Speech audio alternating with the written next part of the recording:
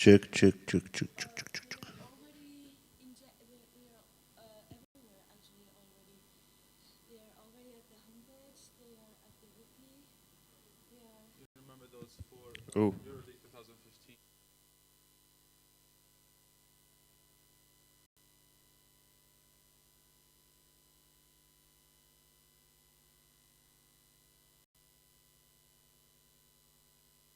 Check, check, check. 1, 2.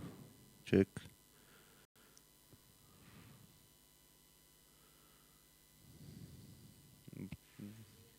Maybe with function.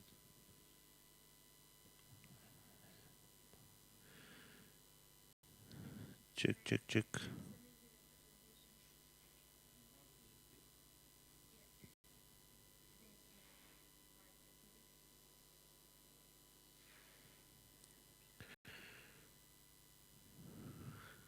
Check, check, check, check, check, check.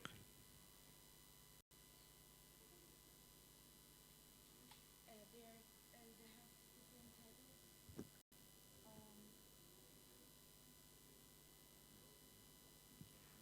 Oh shit! And there is there's the video again for the opening summary.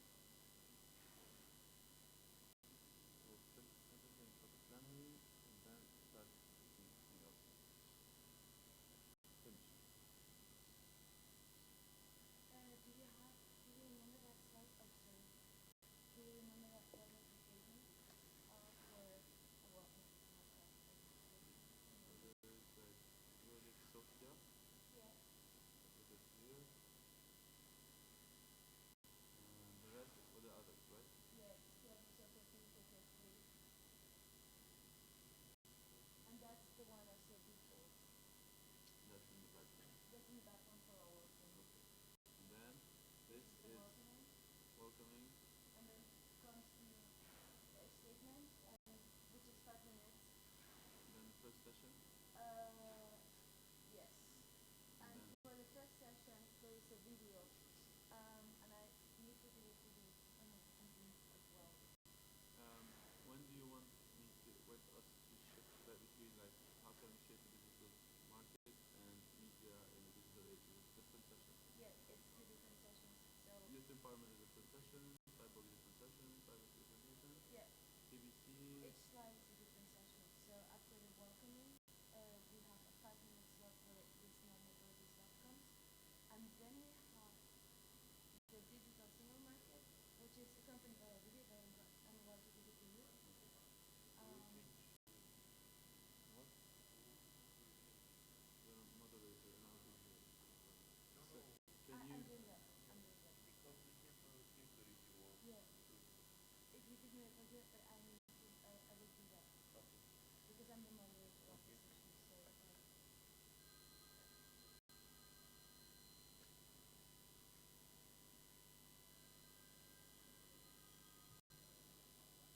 Thank you very much.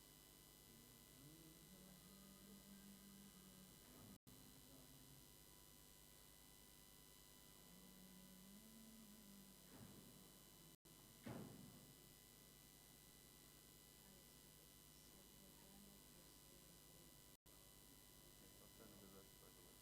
1 second.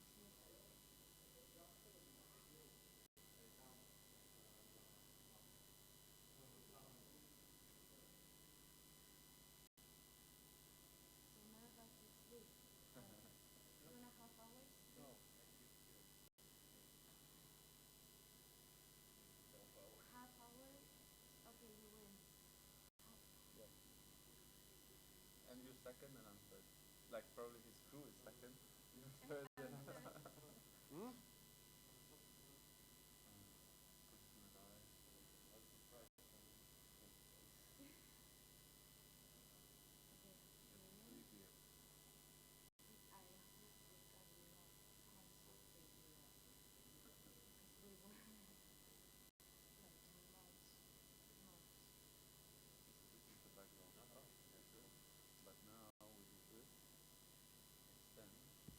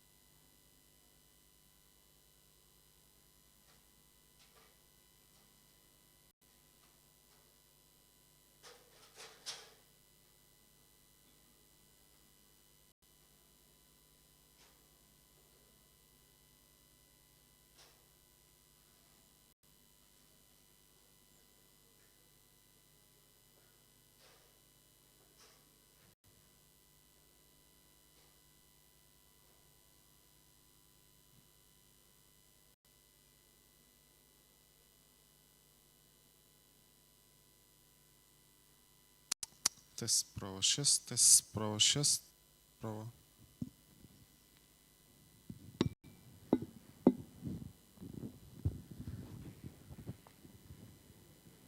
Батерия има ли там?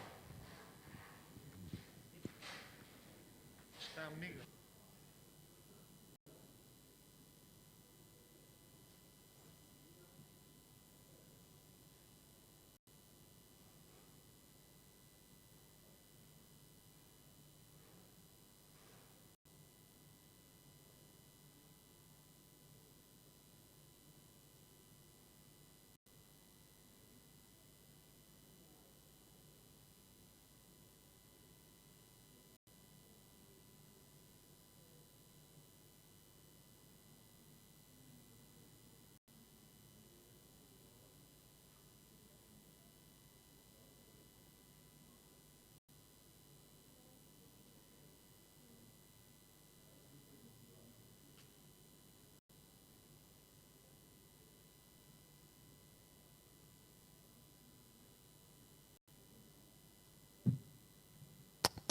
Тест проба 6. Готово, мют.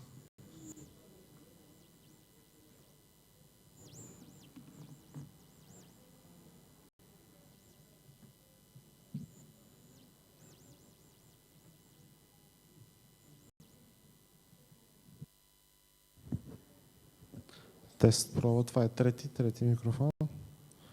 Тест проба 6.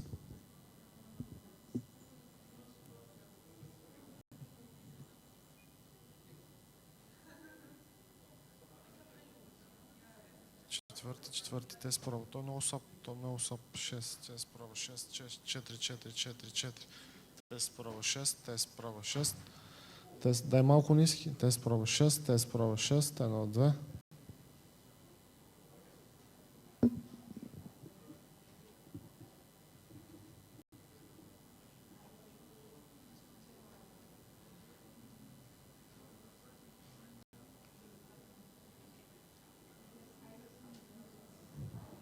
Тест проба 6. Този също е за смяна на батерии. Тест проба 6. Тук в тази зала не се чува почти нищо. Защо? Тест проба, да. Видях тест проба 6. Тест проба 6. 6 тест 1 и 2. Тест 5, 8, 6. 1 и 2. Тест.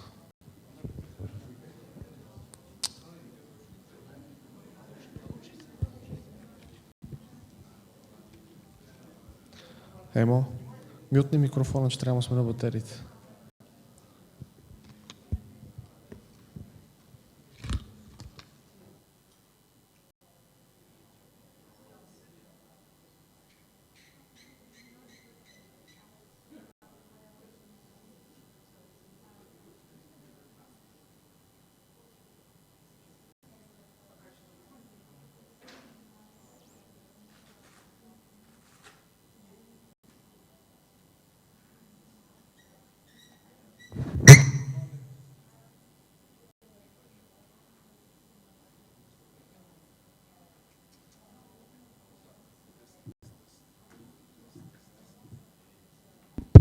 Тест проба 6. Окей. Това е втори.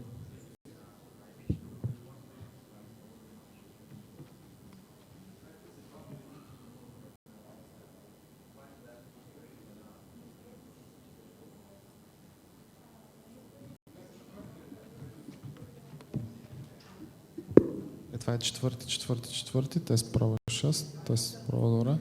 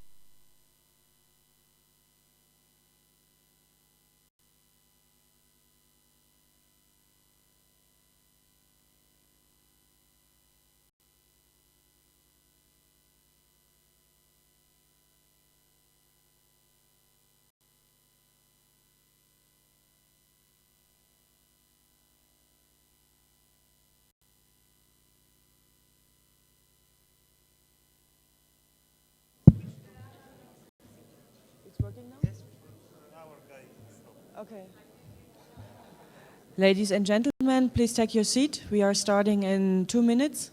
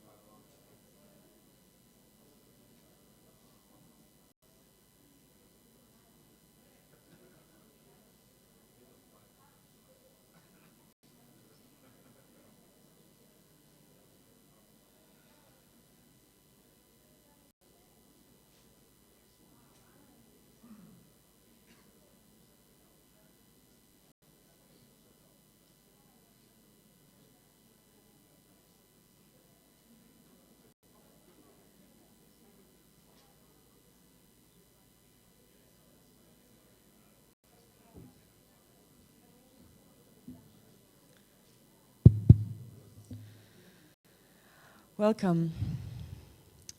Ladies and gentlemen, it is my honor to welcome you to the 9th European Dialogue on Internet Governance. And I would especially like to welcome all those who are attending EuroDIG for the first time, which includes the Deputy Minister of Transport, Information Technology and Communication, Minister Borisov. Thank you for welcoming this community. But I'm also very happy to see so many well-known faces, and I thank you for staying committed over the years. Later today, we have also the honor to welcome the Deputy Prime Minister Ivalo Kalfin. We expect him at 6 o'clock. We are here in this region for the second time. In 2011, we organized EuroDIG in Serbia, in Belgrade, which is just 400 kilometers away from Sofia. Yesterday, 4 years later, around 150 people met for the first Southeastern European dialogue on internet governance to discuss the regional aspects of internet governance. Bulgaria, in this respect, is the opener for this new initiative. In Serbia, we can definitely find some of the roots. Visiting every year another European country proved to be the right concept because it had an impact in that region, it connected communities, engaged new people into the internet governance debate. And apart from that, I truly believe it also helps to better understand the European among each other. EuroDIG has come a long way. It's what has started in 2008 in Paris over a glass of wine is meanwhile recognized as the European IGF. Thanks to the ongoing support of our long-standing partners, the Council of Europe, the Swiss Federal Office of Communication, the European Broadcasting Union, EuroDIG could develop as an open and inclusive platform for equal-footed discussion and exchange among all stakeholders. Our aim is that everybody should have a speaking right and nobody should feel excluded by not being listed as a speaker. It is moreover the intention and the goal of EuroDIG to provide a greater attention to the audience and not focus on the speaker on stage only.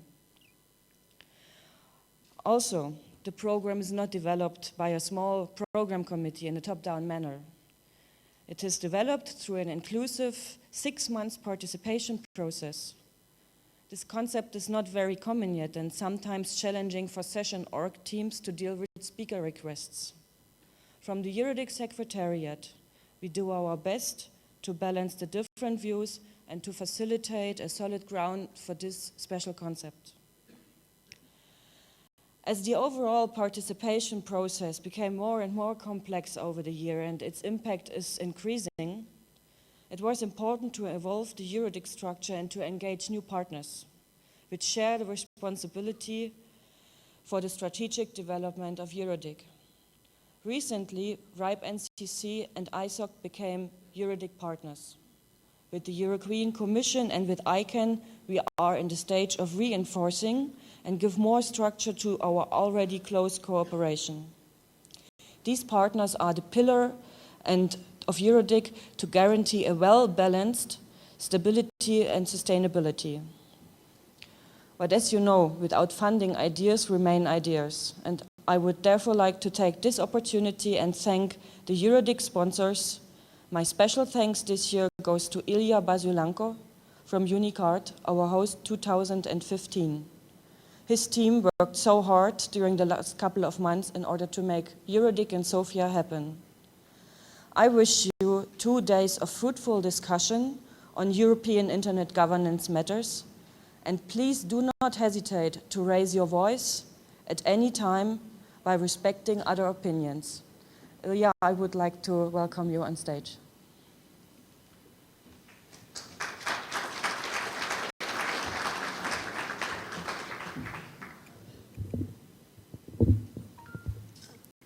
Thank you, Sandra. Good morning to everyone. My name is Ilya Bazliankov and I represent the local host this year. On behalf of my team and the whole EuroDIG team, I would like to welcome you to the great city of Sofia and wish you great discussions in those 2 days, but not only discussions, also talks and informal meetings. How this started? It started in the ICANN meeting in 2013 in Singapore. We had a discussion during the Gala event with Sandra and she convinced me to accept to be the local host for the next year. In those couple of months it was really a hard work, but I see now that it was worth to. If you have any question during those 2 days, you can find me or my team in the rooms or outside of the registration desk. We're here to help. With this, I would like to welcome Valery Borisov, our Deputy Minister of Transport, IT and Communication.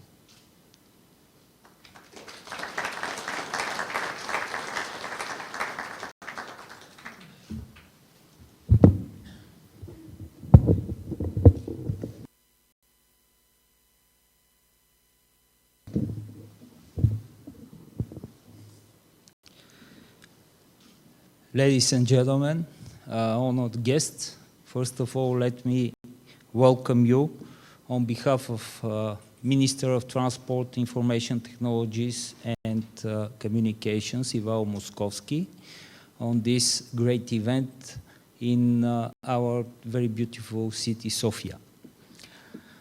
This is the 8th edition of the European Dialogue for Internet Governance, EuroDIG 2015. As an open platform for informal discussions, the European Dialogue on Internet Governance has a valuable positive impact on the development of public policies in the field of Internet governance. To host such a significant event represents not only a challenge and a responsibility for us, but is also an occasion worthy of satisfaction, as it represents one of the important steps in the search for working solutions in the implementation of significant transformations in Internet governance by introducing the multi-stakeholder model. Creating a structure of sustainable Internet governance as a global resource possesses a number of significant challenges that can only be overcome by reaching a consensus. The global community has to deal with these problems through the adoption of domestic and international agreements to achieve stability and reduce the potential damages that may result from the nature of a globally connected world. Every aspect of the Internet needs to be carefully examined. Accessibility and security, social and legal norms, the relationships between public and private sectors, freedom of expressions, and the protection of human rights. The way forward will require determined efforts of many stakeholders and institutions that have an interest in critical nature of Internet governance. How does multi-stakeholder governance relate to important governance principles like representation, participation, accountability, responsibility, transparency, efficiency? This dialogue should take place both at global and national level. Bulgaria has outlined its priorities in this area, which are in line with the EU priorities and objectives for the construction of a digital single market. Since these priorities require widespread use of the Internet, for their implementation, the country is actively working on facing its widespread use. The Internet is a powerful tool for achieving economic growth and foundation for the application of innovative practices and encouraging research. A good example of this beneficial cooperation between state administration, businesses, NGOs, and academia is the country's application to ICANN for the registration of a national top-level domain in Cyrillic. Surveys and the extensive public consultations with all stakeholders were carried out before the decision to apply was made. The positive response to the application of ICANN was immediately followed by a launch of a procedure for selecting a candidate to create and administrate the Bulgarian top-level domain registry in Cyrillic. We are following closely the ongoing transformational process to international approach with the participation of all stakeholders when it comes to internet governance. And we are bringing our contribution to the elaboration of options. Now I would like to ask the panelists for the opening plenary on stage. Our moderator, Gergana Passi, would you please invite your panelists?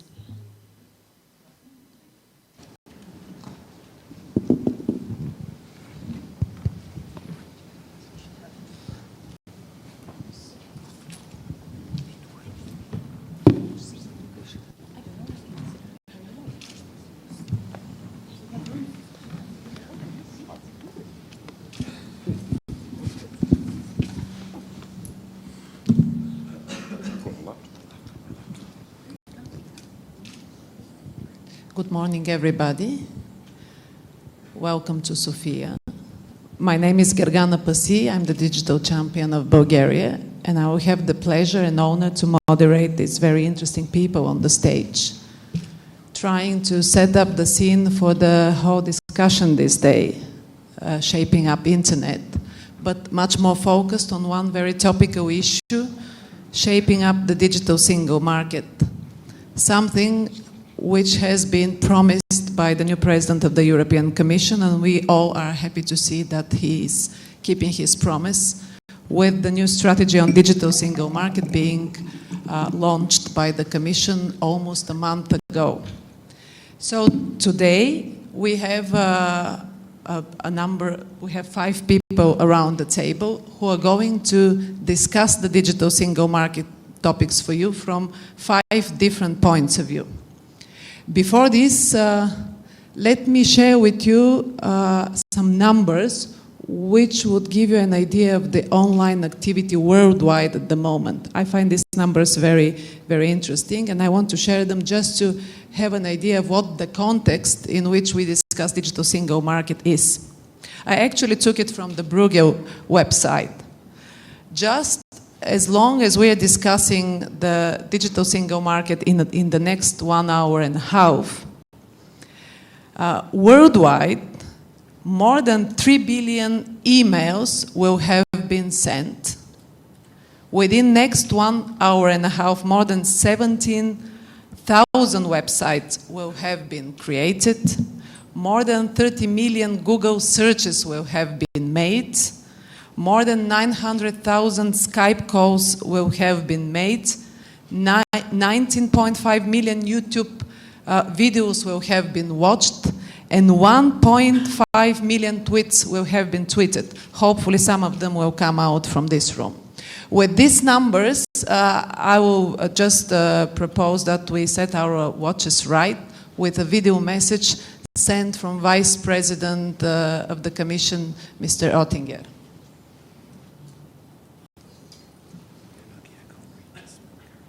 Are you going to help me with this?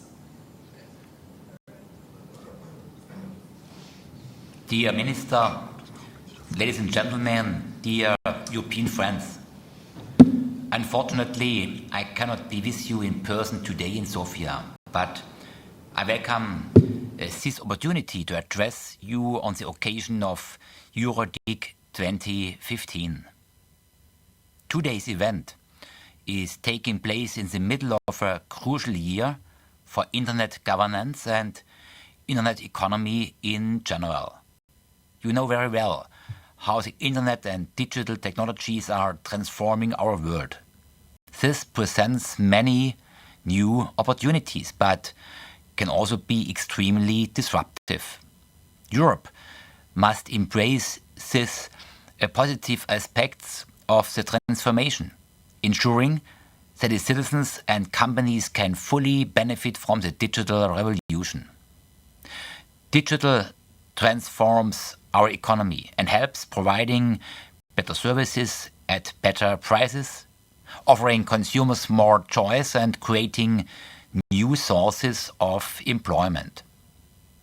Internet is one of the most important sources of economic growth. However, there are still so many obstacles that we need to get rid of in order to have a flourishing digital economy in Europe and for the European Union to become a stronger global player. That is why we are focusing our European efforts on creating a genuine digital single market with the aim to make 28 national markets into one. This is a high priority for the European Commission. Just a month ago, we published our strategy towards this goal and are working hard to make it happen right now. Bringing down barriers within Europe could contribute an additional 415 billion euro to our European GDP. A digital single market can create opportunities for new startups and allow existing companies to grow and benefit from the scale of a market of over 500 million people. I strongly believe that if we quickly implement our new strategy, Europe can lead in the global digital economy. Of course, the well-functioning internet is a prerequisite for this. Without an adequate framework for its governance, the digital single market will not be able to fully deliver its benefits. In the global, hyper-connected digital world, Europe is not an isolated island. Many other players in other parts of the world are confronted with the same challenges posed by the digital revolution, and while some are in line with our values and ideas as to how internet should be governed, others may have different views. This can bring risks that we should not underestimate, especially in a changing global political landscape. In this context, ladies and gentlemen, EuroDIG represents an ideal place to discuss these issues and to better define together a pan-European approach to internet governance. Europe has to play its part in ensuring that the internet remains open, stable and secure around the world. At the same time, EuroDIG conclusions will provide an important input to the Internet Global Forum so that the European point of view is adequately reflected as a tool to increase the understanding on internet governance and the level of inclusiveness of these discussions. Nonetheless, there is always room for improvement, particularly in order to ensure a balanced ecosystem that is more inclusive, democratic, legitimate and transparent. The ongoing IANA stewardship transition and ICANN accountability processes are an important evolution in this respect. In the last few months, an incredible amount of work has been done by the global community, and Europe and Europeans have contributed very much to this. However, many crucial details are still to be defined. This is an historical moment and we have a crucial window of opportunity in the coming months to make it a true success. Ladies and gentlemen, this year is also important as a 10-year implementation period of World Summit on Information Society is coming to end and decisions will need to be taken on the future of this process. In parallel, the discussions on the renewal of the Internet Global Forum will be taking place. All these processes are closely linked. Europe and Europeans are actively and constructively contributing to the ongoing global debates. Only a strong and clear European voice can help increase our influence in such debates. EuroDIG is an important vehicle to define this, to define our voice. I wish you all a fruitful meeting. I'm confident that you will bring forward the discussions in many areas, and I am looking forward to reading your conclusions. Thank you all for your attention.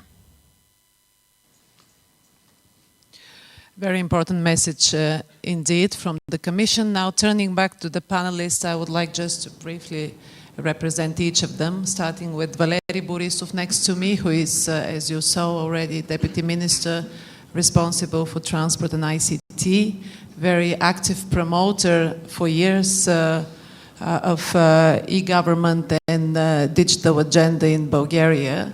And even now working actively on some very important legislation related to e-government. Next to him, Valeri is obviously going to represent the point of view of member states in all this process, in particular Bulgaria. Michele is from Ireland, and he's going to represent here the business and the industry. Actually, he's himself, he's a founder and owner and CEO, please feel free to correct me if I somewhere get wrong, of Black Knight. That's the largest Irish domain and registrar and hosting company, and he has had many awards. I'm not going to quote them, but he's known as a very active and sometimes outspoken member of the internet industry. Very much looking forward to hearing from you. Olivier, he's going to represent all of us actually as internet users, and the part I like most in his CV is that himself is an internet user since 1988, so almost since the Berlin Wall fell down. Olivier, he is also involved in many internet projects. Megan, you know, everybody here knows Megan. She is representing the European Commission. She is principal advisor in DG Connect. And actually I was astonished to realize that she has started working for the Commission back in 1991. Is that correct? That's really impressive, Megan. But before that, she's been active on, and she has worked for the United Nations Development Program in Africa. And Hans-Peter Holland, who is here to represent the views of the technical community. And he himself, he's a chair of RIPE. Along with this, however, in his daily life, he's a strategic advisor in a company called Visma, that is a company selling cross-border online services. So welcome to each of you. I would suggest, because we ourselves are advised to keep the discussion as interactive as possible, so promise no long presentation, but I would suggest that each of the panelists start here with not more than 2 minutes brief presentation on what he or she is, which interest he or she is representing, what topics from the digital single market he or she is most interested in. Valeri, starting with you. Thank you very much, Gergana. I will try to present to you what is the role of the state in internet governance process, or at least what are the perception of the state, what should the state do in order better to manage the internet in a positive way, because internet is... Michele. Thanks, good morning.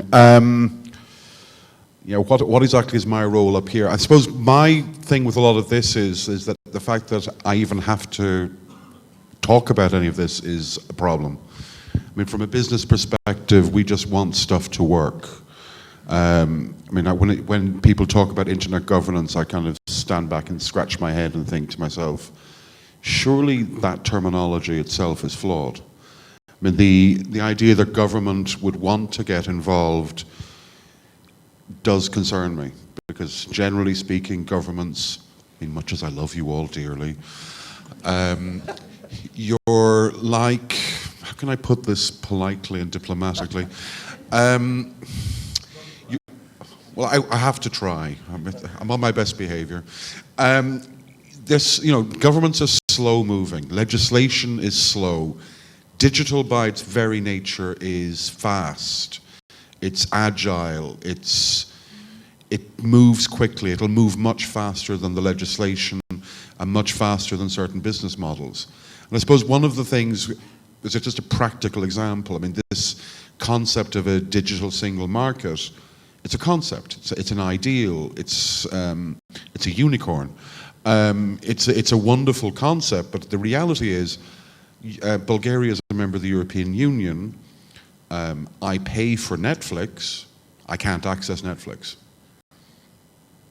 That's really screwed up. That's just one thing. I mean, the idea that the copyright holders are kind of holding all of this back, that the intellectual property rights are driving themselves forward in such a way that they're holding the rest of us back. That is one of the things that concerns me deeply. Thank you very much. Olivier. Thank you very much, Gorgina, and it's a real pleasure to be here in Sofia, a beautiful city. It's a real pressure on my shoulders to be representing the point of view of the internet end users, since we're all end users, and I hope that we'll have a lot of interaction with the room and with Twitter and with people who are following remotely.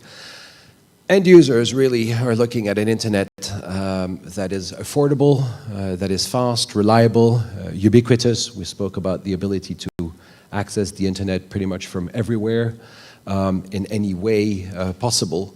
And as Michele actually mentioned here, the ability to access content regardless of where one is, especially as far as Europe is concerned. It's a real frustrating experience to be traveling across Europe and being in a location where you click on a video and it says that content is not available to you in your location. And you think, why? Some webcasts have been in this situation as well. And one really wonders why this is the case when we keep on speaking about European integration and all of Europe working together. The ability to use e-commerce without borders is another huge problem. I'm not sure how many of you have tried to use your credit card online from specific locations, and the answer was, sorry, we don't serve your area, or we're not able to ship to your area. So the problems that people are faced with and end users are faced with are often completely related to the problems in the real world. Shipping of goods, use of credit card, and the laws, the local laws that appear to be going completely against this concept of a free market economy that spans all of Europe. As far as the European single market is concerned, there appears to be also a differentiation between members of the European Union and non-members of the European Union, and that's also something which introduces barriers. And as far as regulation is concerned, there's always a concern that over-regulation, and I think Michele has also said that, over-regulation is also a potential stop or a way to slow down the growth of the internet in Europe and of internet services in Europe. So I'm not saying regulation is bad. In fact, there has been some very good regulation done. For example, the use of mobile phones when roaming across Europe has seen a dramatic change by the European Union asking for lower roaming charges to be introduced for people to be able to use their mobiles and across Europe without having a crazy bill. But if one is going to look at regulation, then it has to be regulation that serves the end users and that serves all of us, not regulation that prevents us from being able to access the services that we want to access. Megan. Thank you very much. Well, first I'm going to do something that you will recognize. I'm going to take away your microphone because we don't have one at our table. That's typical Commission behavior. So there we are. First, nasty action from the Commission. Second, it always reminds me of what Ronald Reagan used to say. He said the 10 most dangerous words in the world were, I'm here from the government and we're here to help. That's perhaps 9 words, but that's what he used to say. So I'm here from the Commission, and of course, we're here to help. This is our position, the Ronald Reagan approach.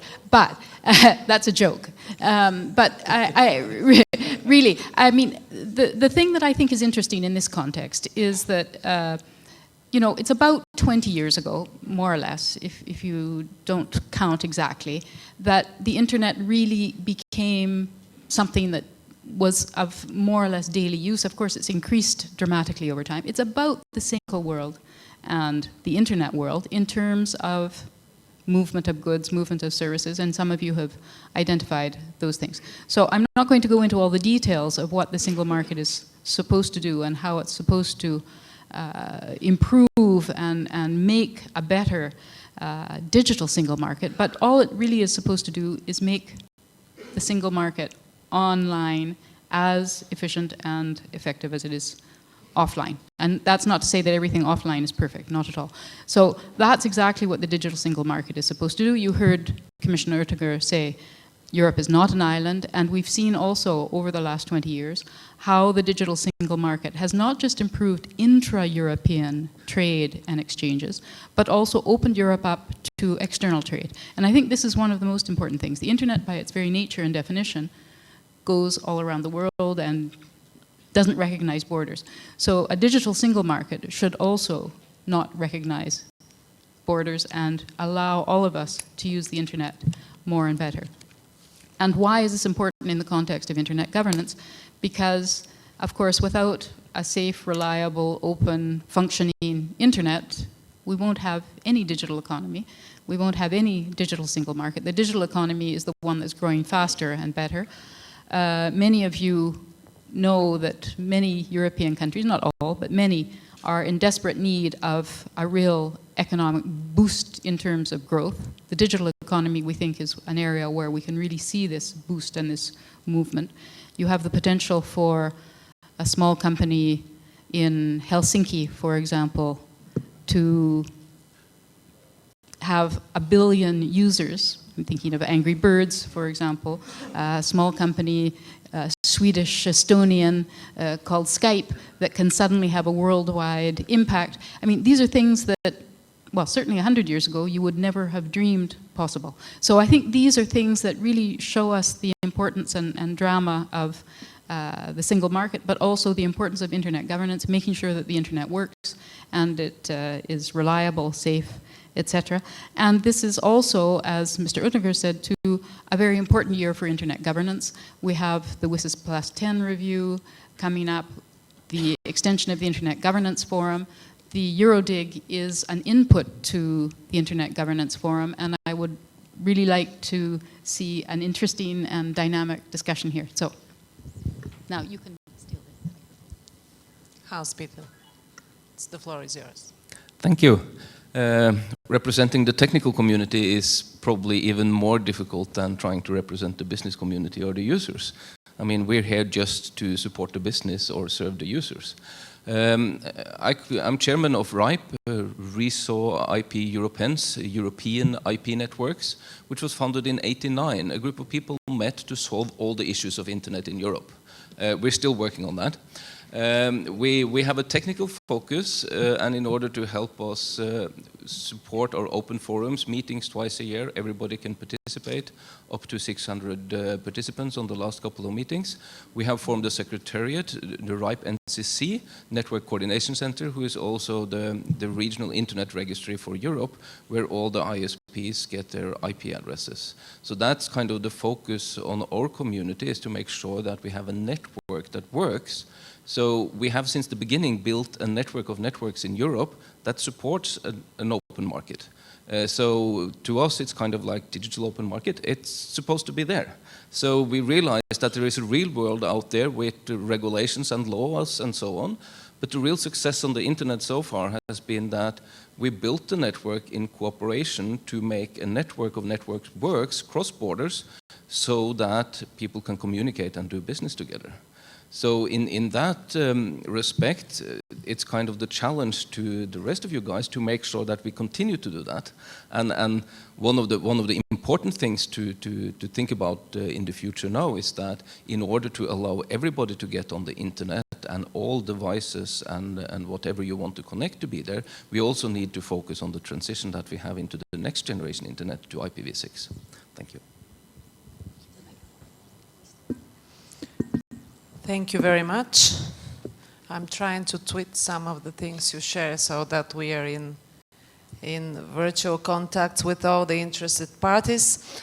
Now it's the audience which should have the floor. So I will regularly turn to you so that I'm sure that there is no comment unshared or question unanswered. I must tell you that we also have, how do we call it, remote participants who are going to share with us questions coming on Twitter to the panelists and also coming through WebEx. So we'll try really to be in touch with all the interested parties. But now really the floor is yours. On the back row. I would only ask you that we keep questions as short as possible, represent yourself, and if you have any of the panelists you would like to address the question to, just specify this, please.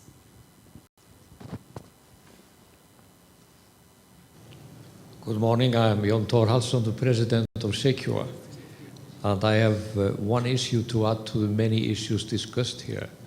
For the single market to work, the end user has to have a trust and confidence in the internet. And that is a big issue today, which has not been addressed here at all. The end user, every day he reads in the paper about some internet fraud, somebody has broken into the bank account or whatever. We all know those stories here. And with the single market, I think this is going to be agencies taking part in the discussions that we're having here. Recently, there has been a lot of involvement from Interpol, Europol. They are beefing up their crews, so they have more people working in those departments that go and stamp against fraud. Yes, we are in a pivotal moment at the moment when perhaps the fraudsters and all of the gangsters of this world have had a chance to move forward before everyone else has. But I'm convinced that these issues are going to be addressed, and with the involvement of Interpol and Europol, the collaboration between countries, which was already in place before, but perhaps not in the digital space, is certainly being reinforced. Thank you. Ladies first. Ladies first. Oh, that's not what you'd say if I was from the Commission. But you said ladies first, but I'm also from the Commission, so I'm teasing you. But thanks. I just wanted to add to what Olivier said. I think that the role of Interpol and Europol and other law enforcement agencies has been particularly useful and particularly important. We see them participating in ICANN. We have now, in the context of ICANN, which many of you know about, a public safety working group, which is part of the Government Advisory Committee. This will help also to make sure that the actions taken by ICANN take into consideration also this aspect. And I just wanted to add one more aspect relating to the digital single market, in which e-commerce rules will be improved to help consumer trust and security, to make sure that cross-border transactions in particular are better protected, and also a review of the consumer protection legislation that we have to also reinforce the protection against fraud and other aspects. Thank you, Megan. Michele. Yeah, thanks. I have to actually kind of go against what Olivier was saying to a certain degree. It was inevitable. I mean, Olivier and I might agree on many things, but for that to continue for more than about 3 minutes, we usually know there's something wrong. I mean, while it's good and it's admirable and it's important that Europol, Interpol and other law enforcement agencies are part of the dialogue, they shouldn't be the ones driving it. In order for there to be trust in the internet, we need to be able to use it without having law enforcement looking over our shoulders. I mean, there's been a huge issue in the last couple of years, and it's not something that's gone away, and I can't see it going away overnight, where governments and law enforcement have taken it upon themselves to spy on our every movement. And so that my mother, for example, I use my mother as an example in a lot of these things, you know, she is concerned about her privacy, she's concerned about government surveillance. And if the governments and the watchers are watching, and who's watching the watchers, you can have that entire conversation, that's something that concerns me. But to go to the question about trust and building trust online, that's something that we, within industry, need to work on.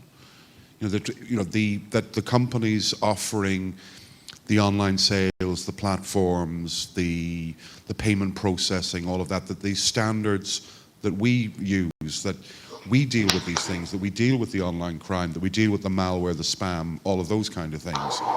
But government should maybe facilitate, not get too heavily involved. And now the government. I fully agree that the trust is in the core of all you have in mind, e-commerce, e-payments, e-services, etc. And here the government plays a key role, because in case of criminal accident, what we are doing? The first thing is to call 112, to call the government. The same is valid in the digital world, I would say. My colleagues from law enforcement agencies are not here, but I would say that they are very, very active and they protect us. I'm talking about Bulgaria, of course.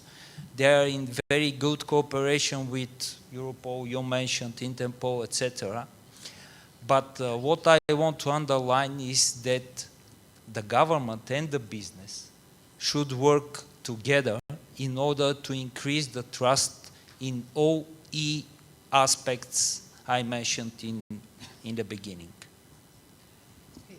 Thank you very much. I see a queue here, starting from the first one. Thank you. I'm happy to be the first one. I'm Patrick Pennings from the Council of Europe, and I represent the Information Society department there. We're dealing with freedom of expression online and offline, but also everything to do with cybercrime and data protection. And thank you for this very broad and nice panel, but I'm missing one fundamental thing here.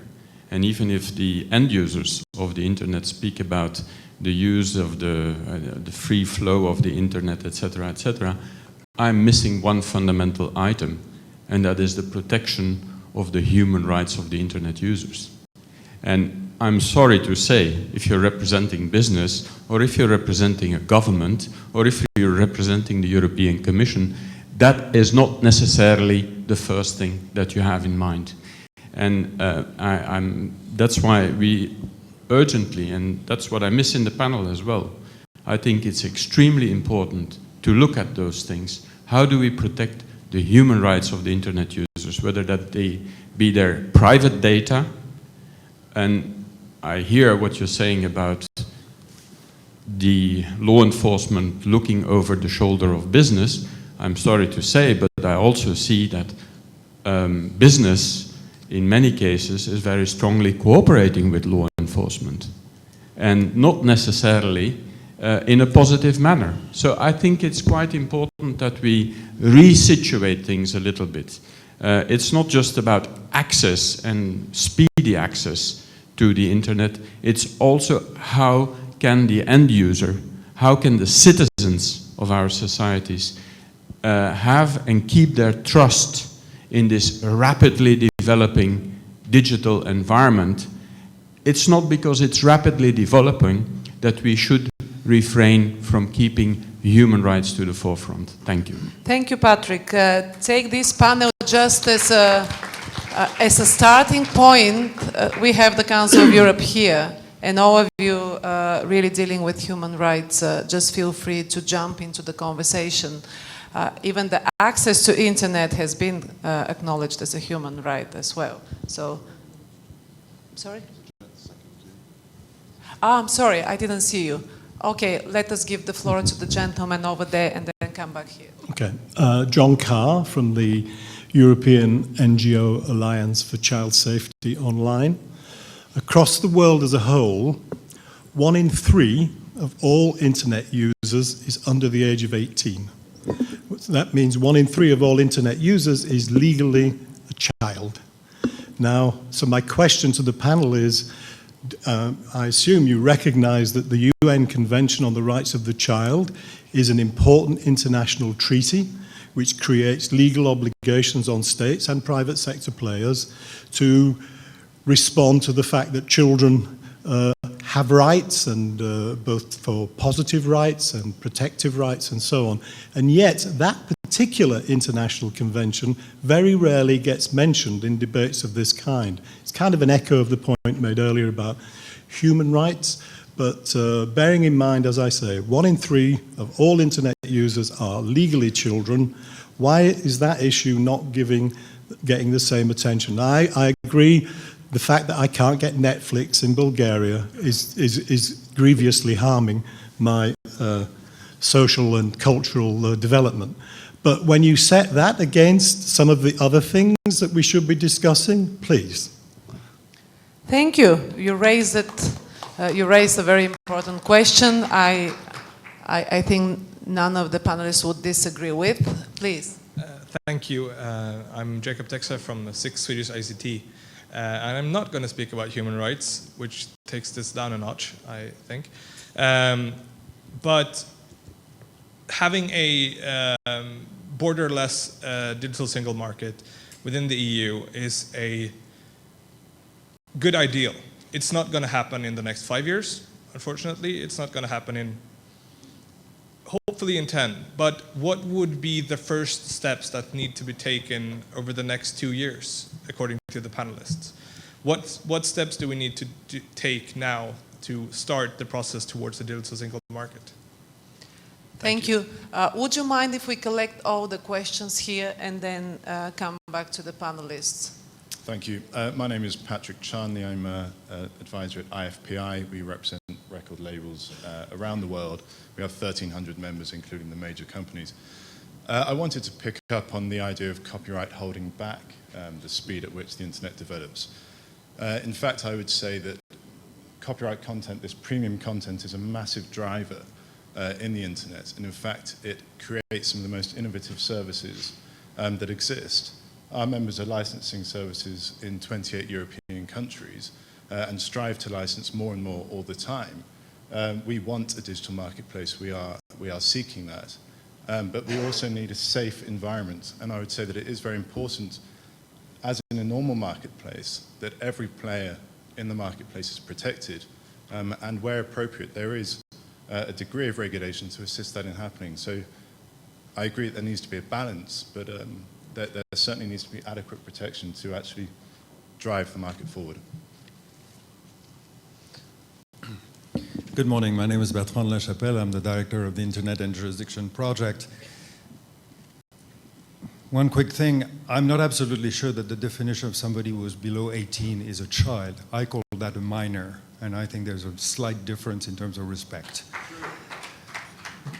That being said, that's not the point I wanted to make. The digital single market is a beautiful umbrella.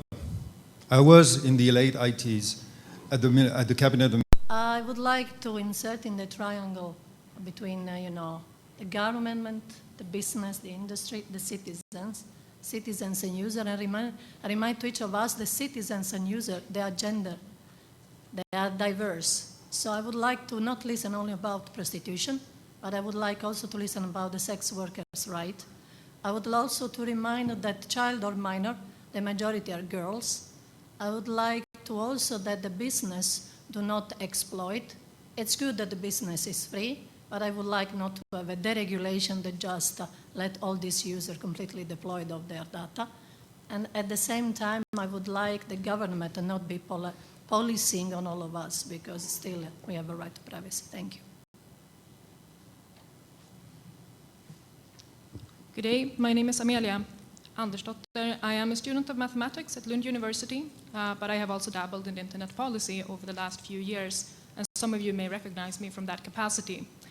Now, the countries of the European Union that have the best infrastructure and the lowest telephone charges and the most commodities for end consumers to acquire on the market are the ones where they've had a conscious competitive policy with strong national regulatory authorities that ensure previous state monopolists in the telecom sector cannot abuse their dominant position. If the European Commission was truly dedicated to having a good single market, then clearly they would start somewhere there in ensuring that all member states have adequate competitive frameworks at the national level. But I wanted to raise something which is more ideological and perhaps goes back to our friends from Council of Europe earlier. Isn't it true that when we're shaping the internet together, we're facing kind of an ideological problem for society in that every measure that we undertake, almost, is completely focused on how individuals are bad and do not know what's good for them. We've had at least one statement, only in this opening session, that children don't know what's good for them and they need to be protected by somebody outside of themselves. The same thing goes for security agencies, or even with copyright legislation. We can't decide what to do with culture, we can't decide what to do with our personal data, we can't decide how to consume electricity. We need all of these technical devices in our day-to-day lives to control us from somewhere else or nudge us in the right direction. And isn't it true that when we ask for human rights to be part of the shaping of the internet together, we're actually talking about acknowledging the individual's right to make decisions about themselves in any circumstance, whether it pertains to their human rights, their cultural consumption, when they run their washing machine at their house, without having all of these objects and artifacts in their daily lives telling them they're not loyal to their society, they're doing it at the wrong time. They need to have some technical protection measure that makes them, more compliant with whatever norms society wishes to impose on them. And isn't it also true that the European Union could make a big difference by acknowledging these individual rights and saying that Europe is a place where we acknowledge everyone for their uniqueness, their cultural value, their individual capacity, and their talent? And isn't that what the European Commission should do also to get users on board with these larger projects of the digital market, saying that everyone has a right to be themselves and define their own relationships, and then consciously make IT policy user-centric to that effect? Thank you. Thank you. And I suggest that we take the last one question, no more at this phase, and then come back to the panel. Good morning, my name is Corinne. I'm a student at the Oxford Internet Institute, and I'm working on a research that very much focuses on internet governance and human rights. So I'm very happy to see that this is a topic that very much resonates within this room. And on that same subject, I was wondering if each of you could speak a little bit as to how you believe that what your responsibility is when it comes to human rights and making sure that those are protected online. Thank you very much. A real variety of questions. I hope you've been able to follow them, from human rights to empowerment to individuals being really more consulting, to regulation and deregulation. But starting from this metaphor you just mentioned, that at the point the digital single market is simply a beautiful umbrella, and it was mentioned that Europe is kind of being unable to raise one flagship initiative which Europe might sell it to the citizens. I don't entirely agree, but for sure it is really difficult for the Commission to come up with initiatives which are going to be applauded by the citizens. Megan, we were even discussing before coming here that the news we have on roaming charges are not positive at all, having in mind that in trialogue procedures the Parliament and the Council just got blocked. So what are the next steps from now on coming from the institution? Well, the next steps. First of all, I'll try to cover some of the issues that were raised as well. And Amelia, thank you very much for suggesting that the European Commission can resolve all problems in Europe. As you were a former member of the European Parliament, you know that the legislation is actually adopted and established by the Council and the European Parliament. It's just the Commission that proposes it. And of course, we go through a whole series of evidence-based impact assessments, etc., before even making a proposal. So I don't want to bore you all with all the details of legislative development in Europe. It's a complicated process. But unfortunately, although I'm sure the British would be very pleased to know that the European Commission doesn't have all that power, unelected officials don't have all that power. But seriously, you've all raised a number of very important and very interesting issues. First of all, on copyright, you've identified, of course, the importance of copyright for rights holders, and of course, no one wants to take away the important benefits of copyright or any other kind of intellectual property protection, because this is part of what creates a dynamic, active society and helps artists, musicians, poets, and various other people to generate an income. We want that kind of activity. What we want to have, though, too, is a situation where online copyright or national legislation does not limit exchanges across borders.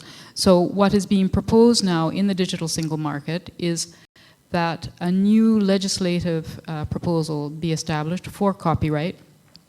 There was a huge online consultation already on what should be done, and now a legislative proposal as part of the Digital Single Market Initiative is supposed to be coming out soon. So that's on copyright. On another issue that was raised too, and again, this is one of the issues that Amelia raised, is the importance of competitive frameworks at national levels. But quite frankly, I think this is one of the really strong areas where Europe does work very hard. It has a pretty good regulatory framework. Of course, it's not perfect. The regulatory framework that was established for telecoms has made huge changes and huge benefits in terms of reducing costs over the last years since that last framework was established in 2009. The Digital Single Market proposes a complete review of that framework in order to see what is necessary, how things can be improved. It is, as many of you have said, very important to make sure that we have an innovative and future-proof regulatory framework. We have in the Commission a new better regulation procedure, framework, etc. And of course, everything has to be taken into consideration in that context. One of the things you will be interested to know is that the better regulation framework requires that internet impact be taken into consideration in all regulatory provisions that are brought forward. So this is also something that, of course, not everything is going to solve every one of the issues that we raise, but these are all things that are being worked on and looked at. With respect to people under the age of 18 or whatever age you want to cut off, it's clear that we have, as a public policy concern, the interest in protecting minors, innocents, people who don't have the capacity to make adequate judgments or who are targeted by fraudulent, nasty criminals, etc., whether they're under 18 or over. So we have, for example, something called the Better Internet for Kids program.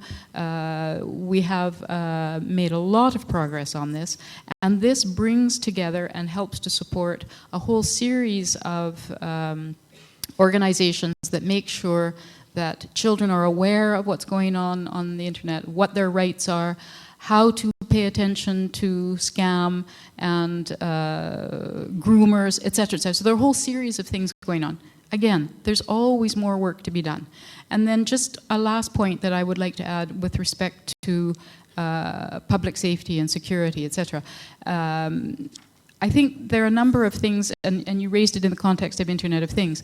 There are a whole series of things also that the technical community and industry can do too, and we usually call this privacy by design, security by design, etc. And so building in these provisions, rather than coming at them afterwards and saying, that was done wrong, let's now attack it, take someone to jail. I think these can be extremely useful in making sure that the right environment is there, the way in which things are developed, the way in which things are rolled out can really help to develop that. So there was one other thing I wanted to mention, and of course I've forgotten it, but I'll come back. Human rights. Sorry, may I just say one thing on human rights? Of course, how could I forget human rights?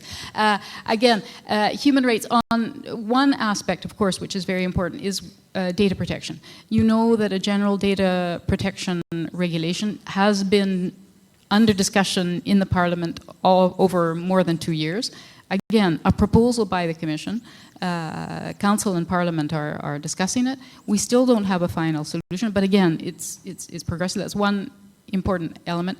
But the other that I wanted to raise is that in the context of ICANN and the Government Advisory Committee of ICANN, a new human rights and international law working group has also been established, parallel with the public safety group, which again, it's not to impose, it's to make sure that new developments and new activities take into consideration those aspects. So sorry. Thank you very much. Is there anything uncovered by Megan? Yes. Okay. Big multi-billion-dollar company.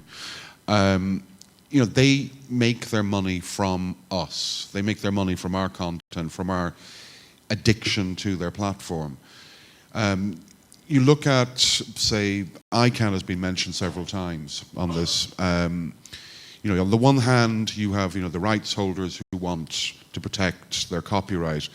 On the human rights side, you're saying, okay, well, as a user, I want my right to privacy.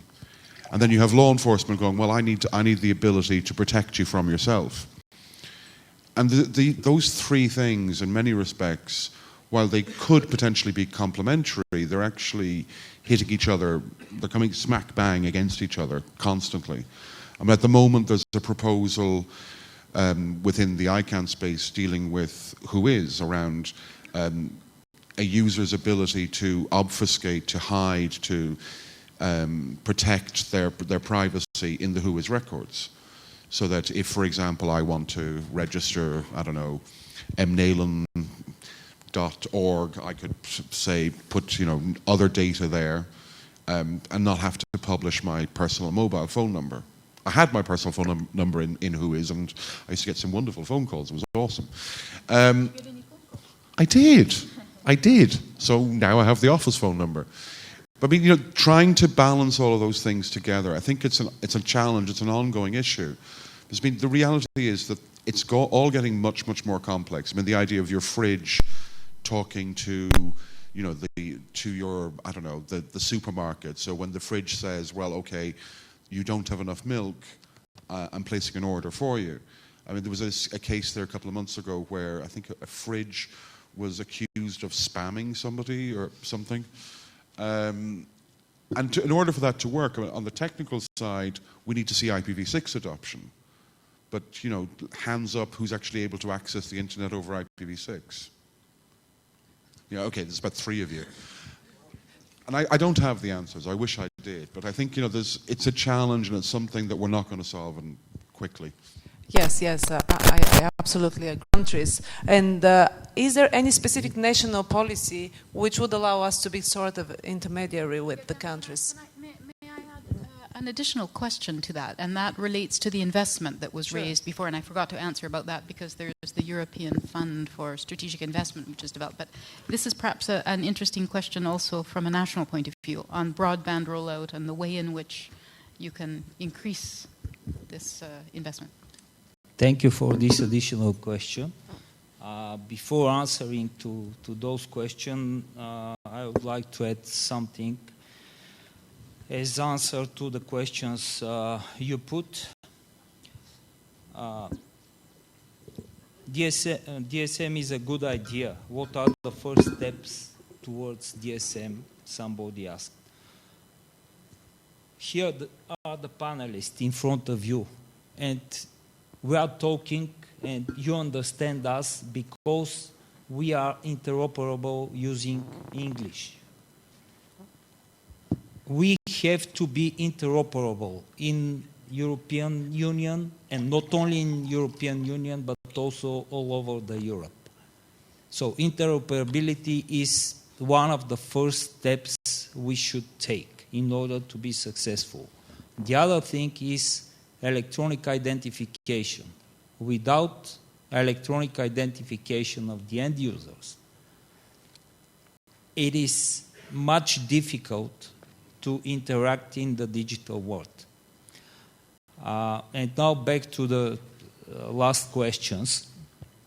Bulgaria is a neighbor of 3 candidate countries can play a significant role for opening the DSM towards these countries.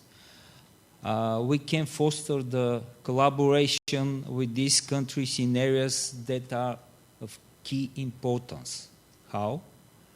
I will give you an example. We are working very hard at the moment with our neighbors from Romania, which is member state, and Serbia, which is not a member state, on a common project which foresees interconnection between the fiber networks of the three countries. This idea came up 2 years ago when I visited Bucharest, and I have proposed this idea to my colleague at that time, Minister Dan Nica. He is now in the European Parliament. Nothing happened since beginning of this year, but now we renewed the idea, and last February I have presented the idea to Commissioner Oettinger. He appreciated very much this idea and encouraged both countries, I mean Bulgaria and Romania, to act very fast. And within 10 days we are going to have a meeting, the three countries, the ministers of the three countries, in order to kick off this process.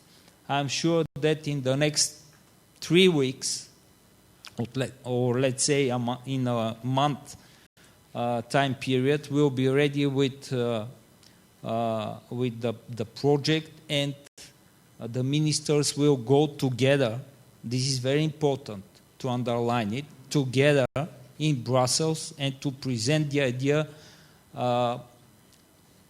in front of Commissioner Oettinger.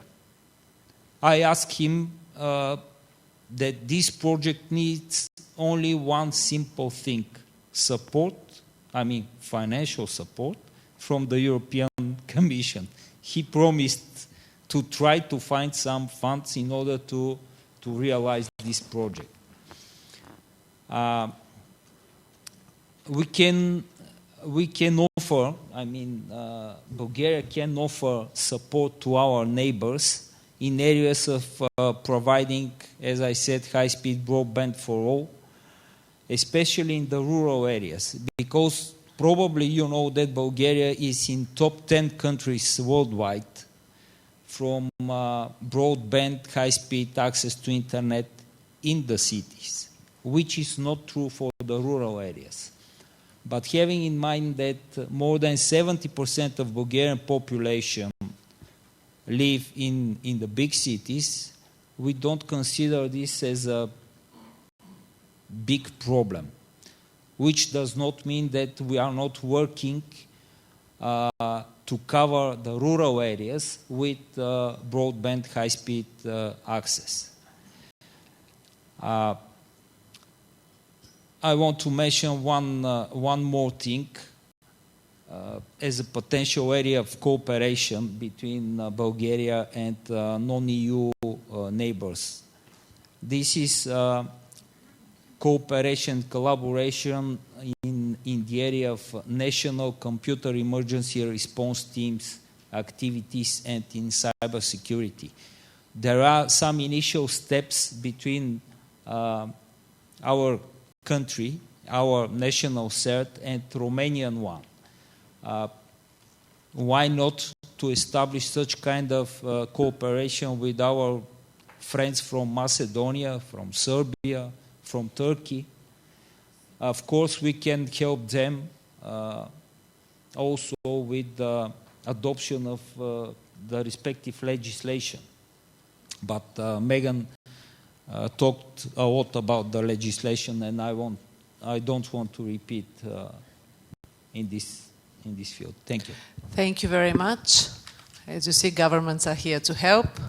Olivier and Hans for last words, and then I'll invite people to tell us whether we have some questions coming from Twitter. Olivier. Yeah, thank you. I wanted to address some of the questions and points that were made from the floor.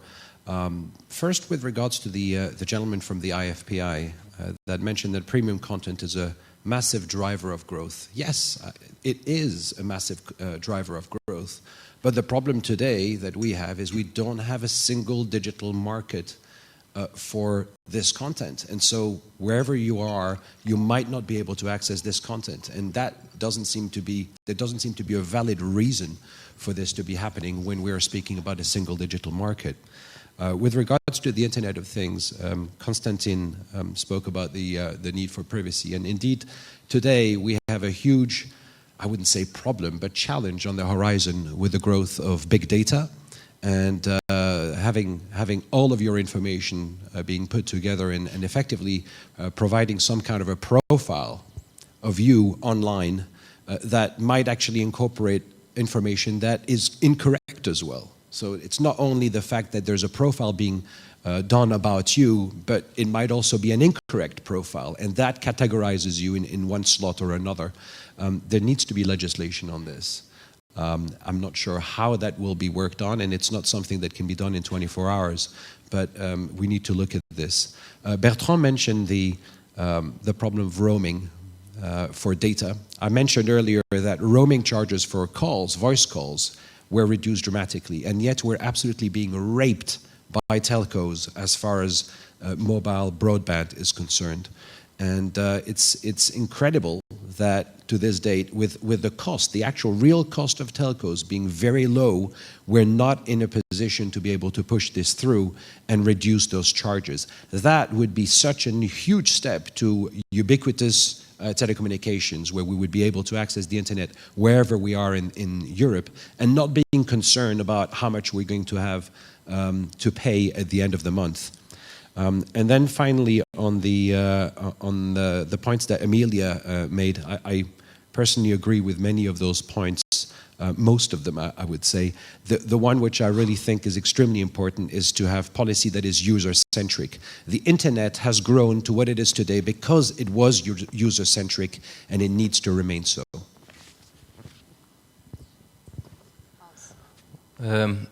Talking about human rights, security, privacy is probably as far away from the technical community that you can come.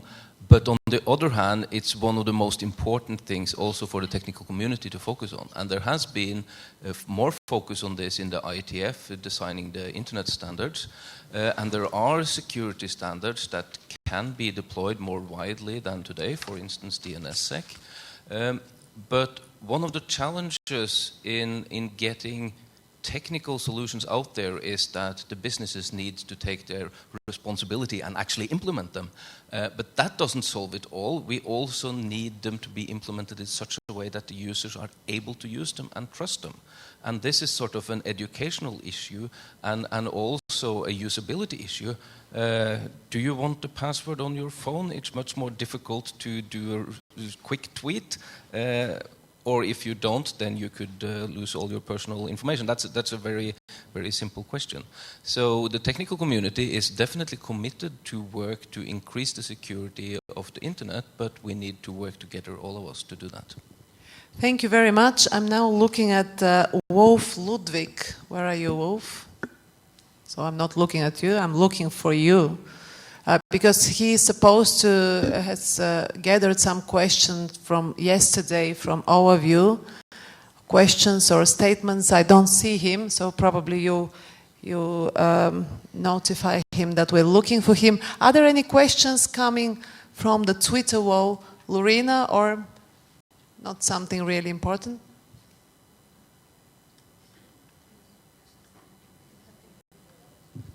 I think there's a complete debate going on Twitter at the moment.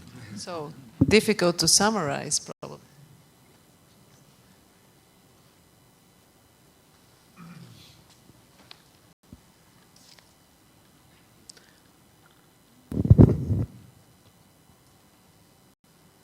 Well, thank you very much. We have a bit of lack of microphones. I'll try to give a brief overview. There is a completely parallel Twitter discussion going on. We have remote participators, but they're being quite passive, so they're just listening. I'm also seeing that we have participants in the live streaming. So I would say the main questions that we are having over Twitter, one of them concentrate or focus on questioning why should things be regulated instead of regulation being concentrated and focused on human beings. And this is one of the main discussion points within the Twitter streams. There are also other topics like copyright discussions. There are also discussions with regards to, let me try to have a small glimpse, with regards to geocaching and geoblocking. Especially the copyright discussion is been going on for a while now. And there is a lot of concern as well that within this discussion, issues like child protection is being mentioned, since apparently many users don't see this as an issue within the digital single market. There is, for instance, one user that says that after this discussion she's getting more confused because of the mixing of many other issues that has nothing to do with that, like cybersecurity as well. I think it's Belma from the youth saying something like this. Of course, there were some participants also explaining that they feel just shied away from this conversation due to the fact that they are non-EU members and they are somehow amazed that we're having a conversation differing between non-EU countries and EU countries. And I think that was pretty much it.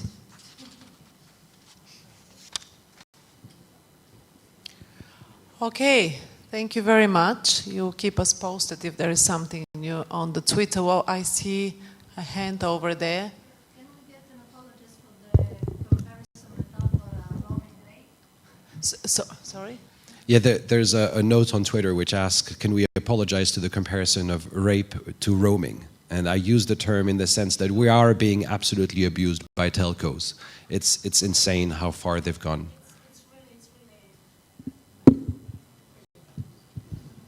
I think this is more of a linguistic, cultural thing. I mean, I understand the lady's concern. No. Please, just use the microphone for the remote participants so they understand what is going on. Sorry, I do not want to enter in a discussion, but rape, it's not a linguistic. Rape happens on bodies of people. So it's really bad. We can use other. We have many languages, we have many words. Please ask not to do this comparison. It's offensive for a survivor. Thank you. Okay, I'm sure if this is an offense to anyone, Olivier would offer an excuse, but really human rights also is part of us discussing it freely, and sometimes when you need to limit yourself into 140 symbols, you use probably stronger words than needed. Any other questions from the room? Yes, please. Louise Bennett, BCS, Chartered Institute for IT.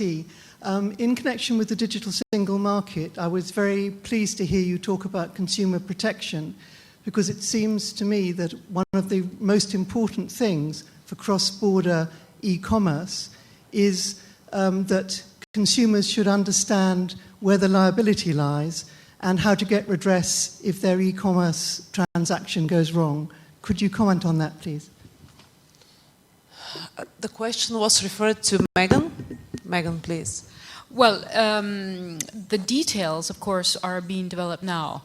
But the new and the revised legislative package, I think I have to check my pieces of paper, which will all fall off if I look. I think that the proposal is foreseen for the end of 2015. If you like, we can discuss the details later, but obviously they don't exist yet because the legislative revision is being developed now. But this is one of the important elements of the digital single market package. Since I now have possession, 9/10 of the law, of the microphone, could I just add one more thing about investment, which I think is also an important factor, and some of you raised it, in investment in broadband. It's something that the European Commission has tried to push a number of times to encourage better broadband investment, to try to use structural funds and various other funds within the European Union basket of funding possibilities, to make sure that this is one of the sources of investment.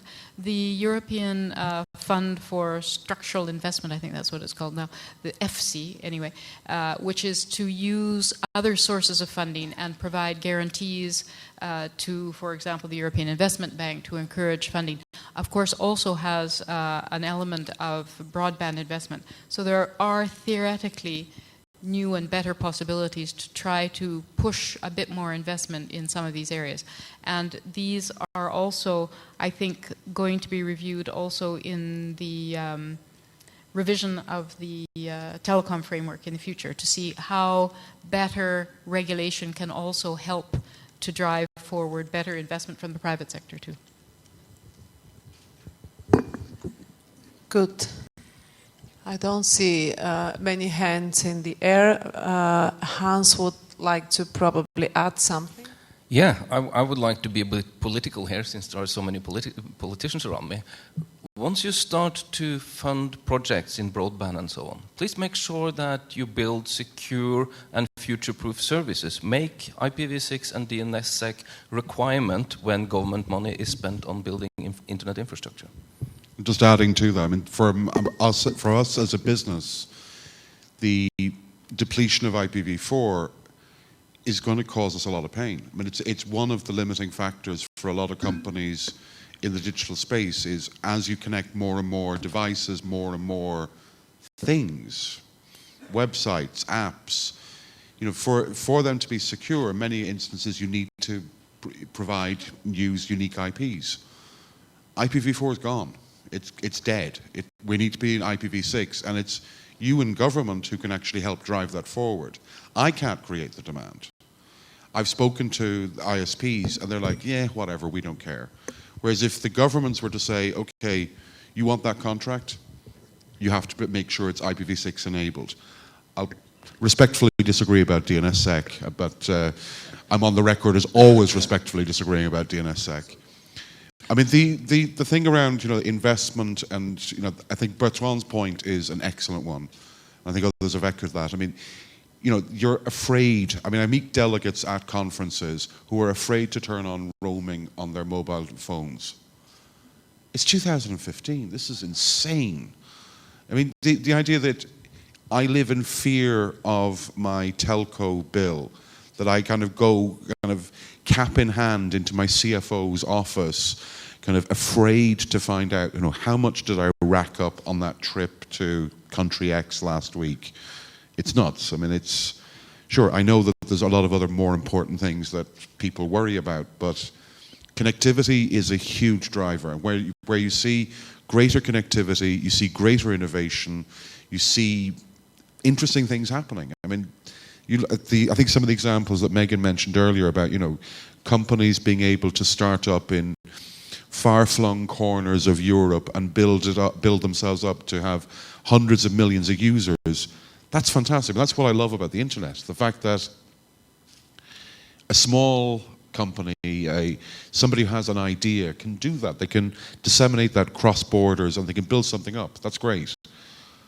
But if the telcos are charging you €1,000 in roaming charges because you were in Bulgaria for 3 days and forgot to turn off roaming, that kind of breaks the entire thing.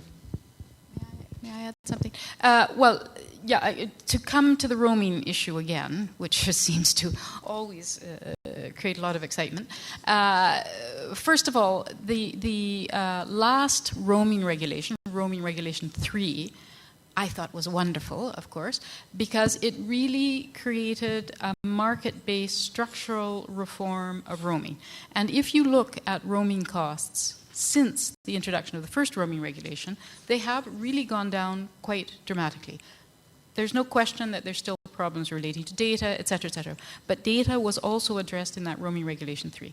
So many of the applications and the timing of that Roaming Regulation 3 come into force in 2015, in 2016, et cetera. And slowly the market prices were to come closer to wholesale prices. So there were a whole series of things. Now, as we've talked also, there's a current roaming proposal from the Commission on the table, being discussed between Council and Parliament. Unfortunately, it's not making much progress. But again, this will be an issue that will be looked at in the overhaul and the review of the telecom framework. But I just wanted to go back to the IPv6 issue.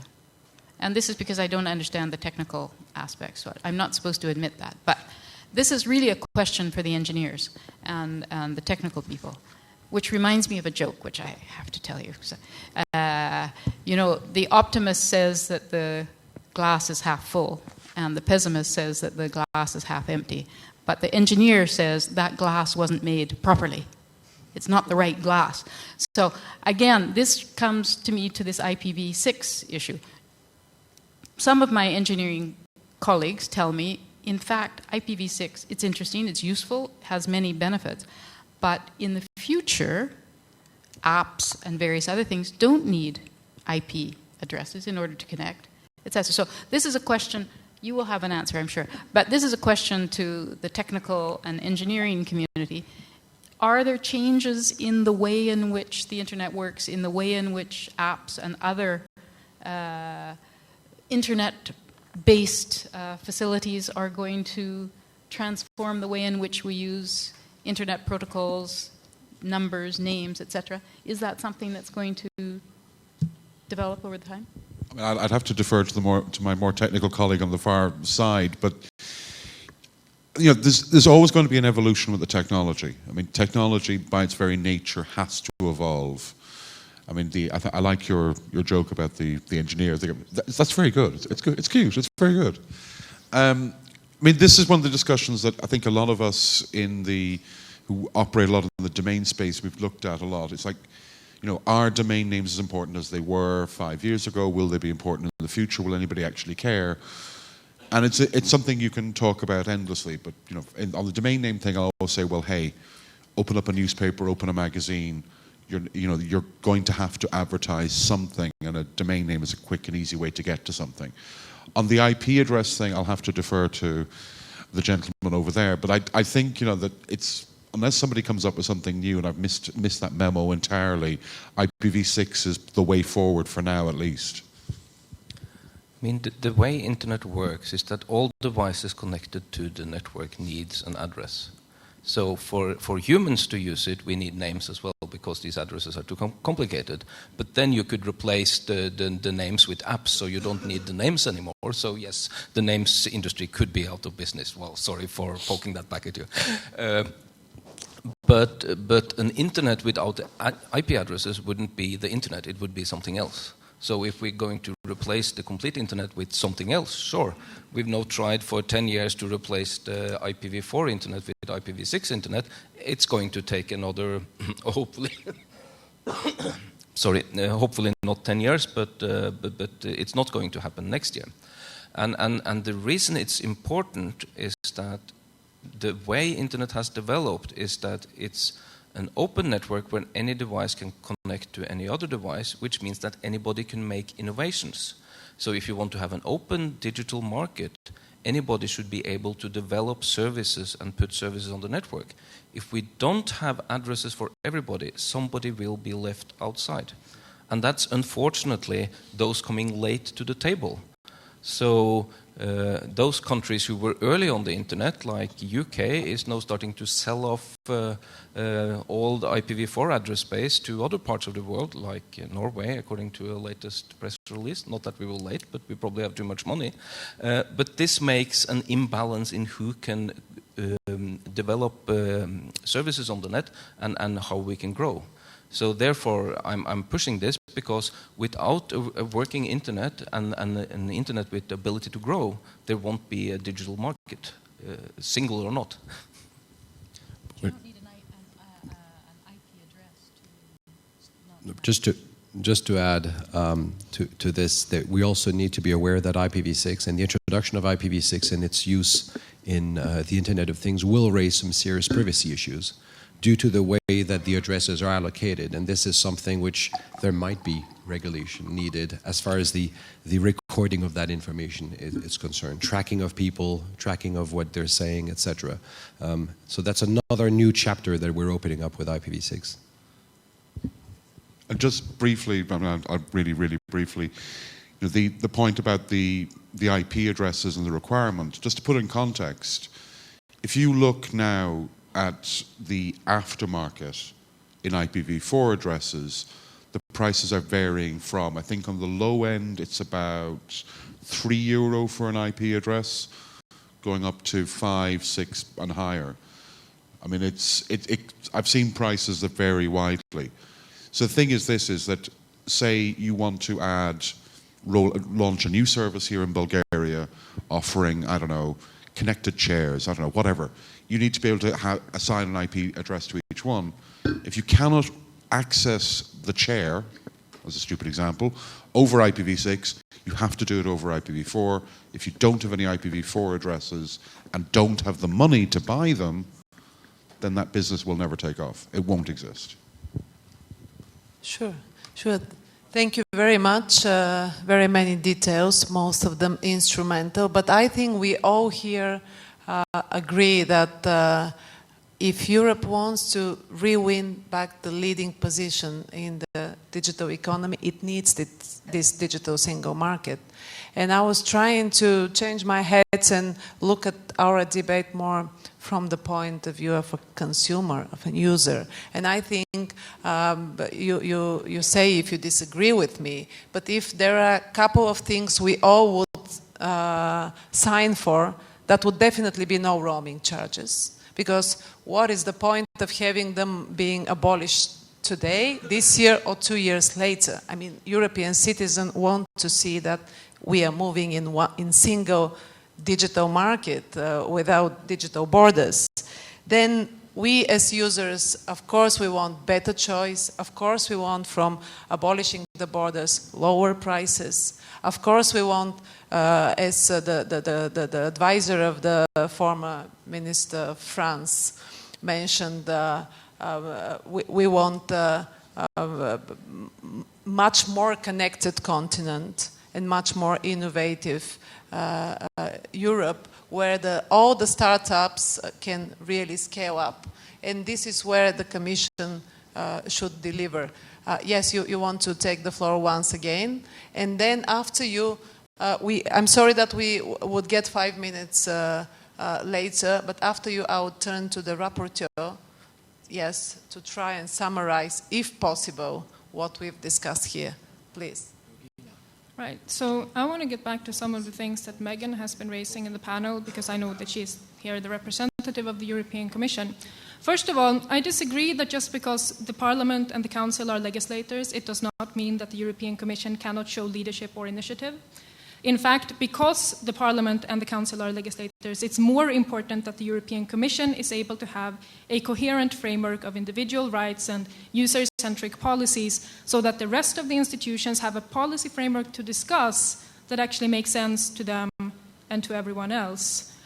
Hearing the European Commission talk about IPv6 as some kind of theoretical technical issue that doesn't concern them is worrying to me, because IPv6 is the very manifestation of how we make individuals connect directly with each other on a network of networks, which we believe is the internet.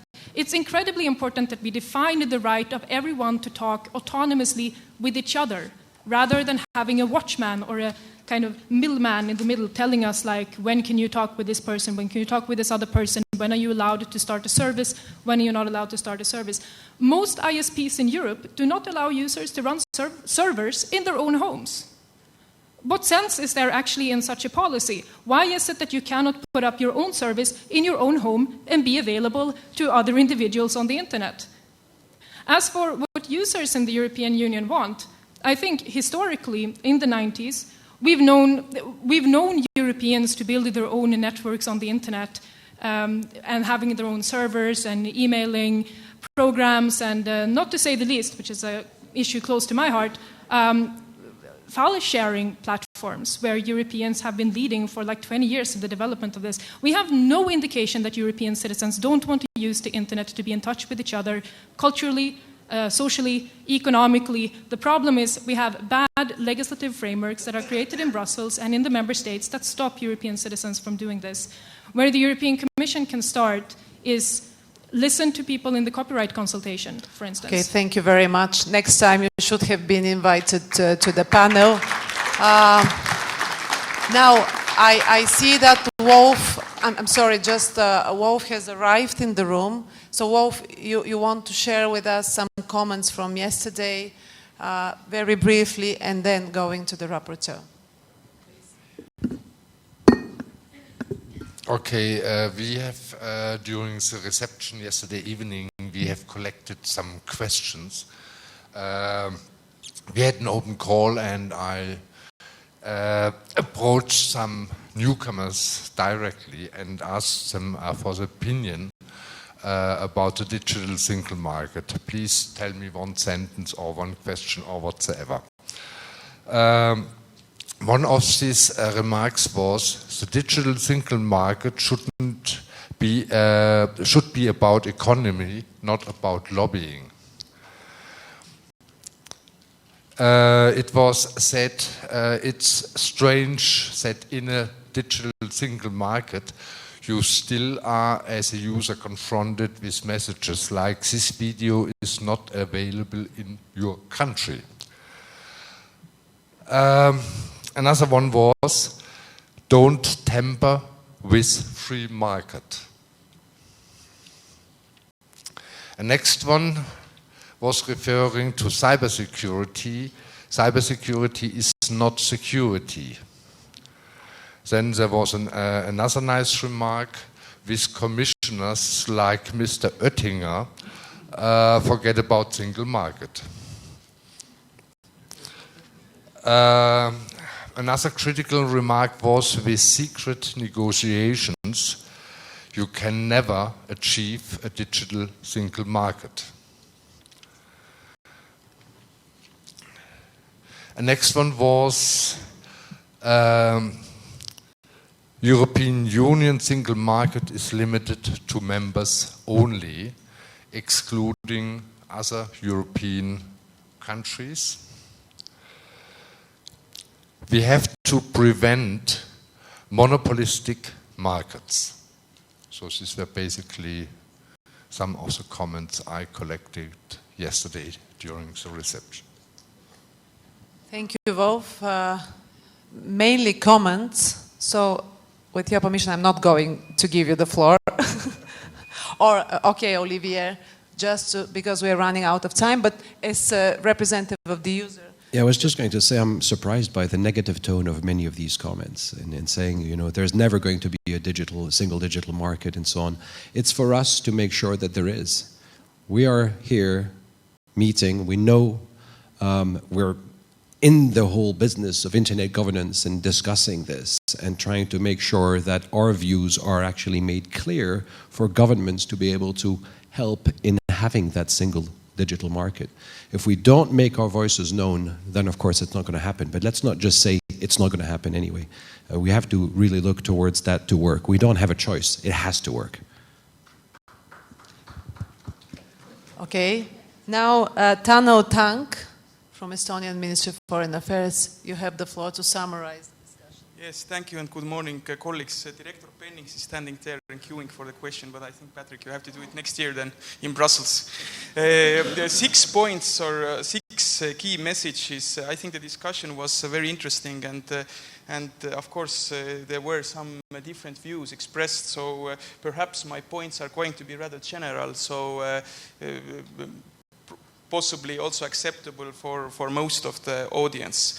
The first point, internet is a powerful tool for achieving bigger economic growth and to promote innovation and well-being in the society. All stakeholders need to make efforts to make that reality and not just a concept. Second point, European digital single market is a moving target as technology develops fast. Governments who are generally considered to be slow and bureaucratic need to be more dynamic and flexible.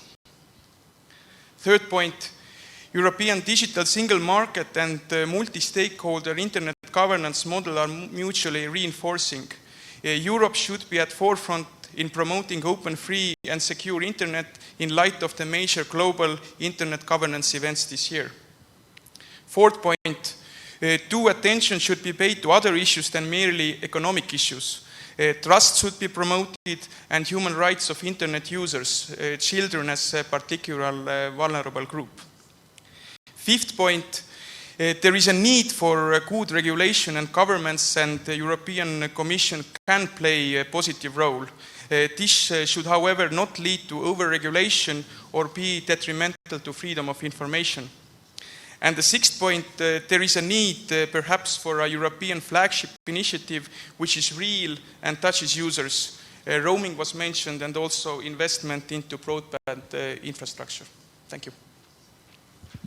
Thank you, Tano. I think that was a very, very good and fair summary of what we've discussed here. I myself, as a moderator, I'm not concerned about the different views we have. I actually very much welcome this policy of the European Commission to do the public consultations, especially on such very important projects like the digital single market.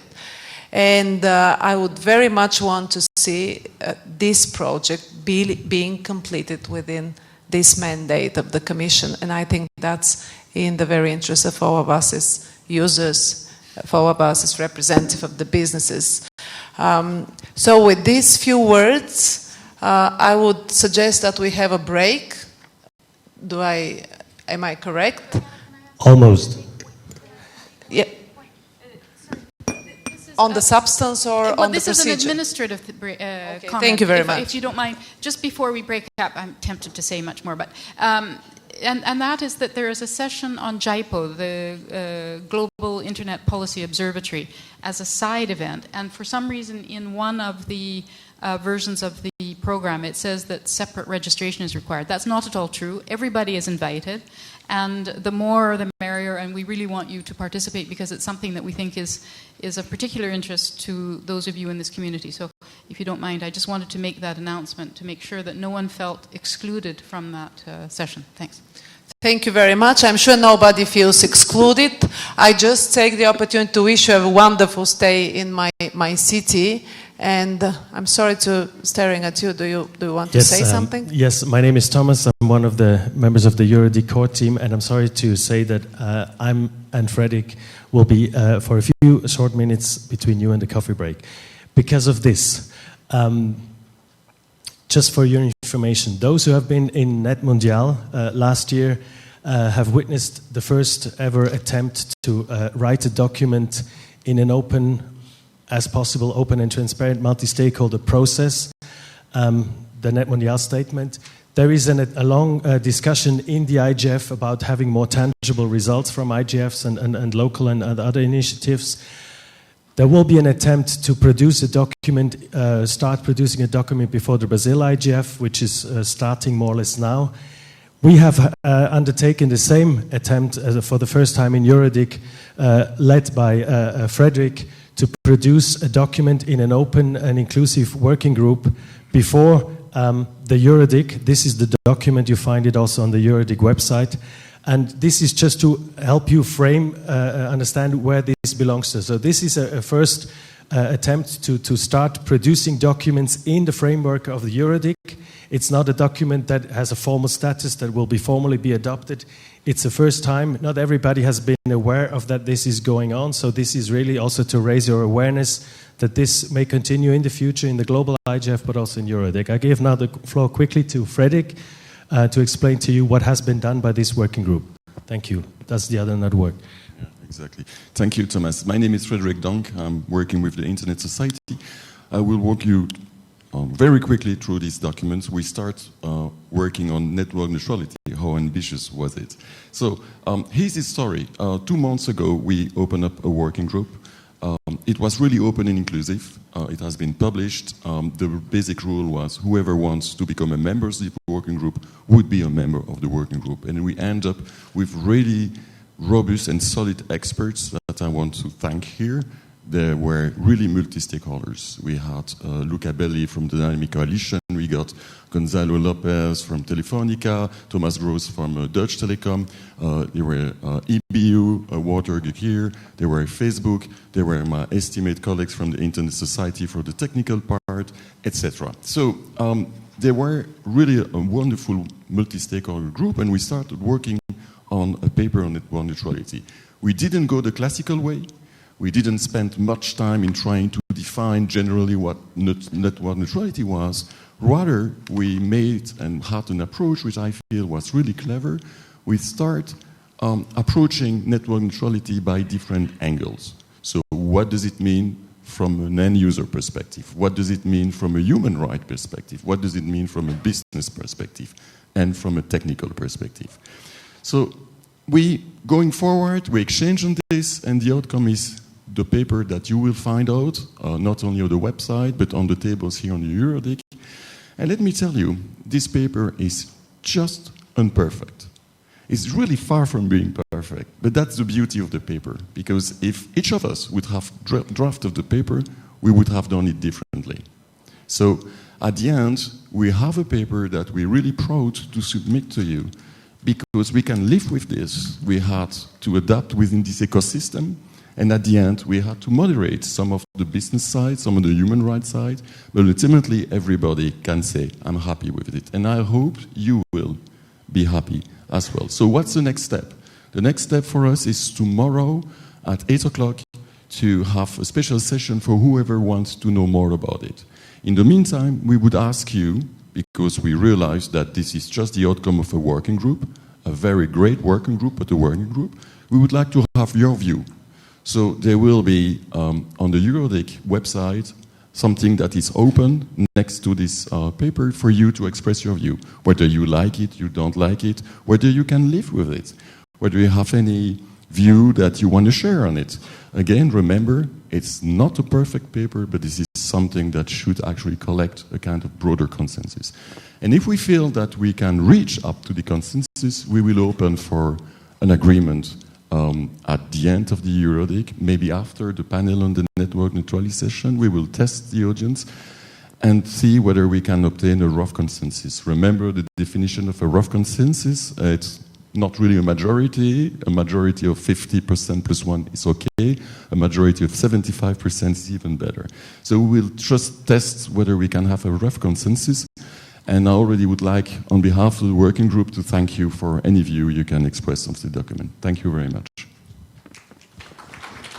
Thank you. That's the beauty of democracy, never produces the perfect result. Enjoy your coffee break, and I really hope you are going to have a very fruitful discussion throughout the whole day.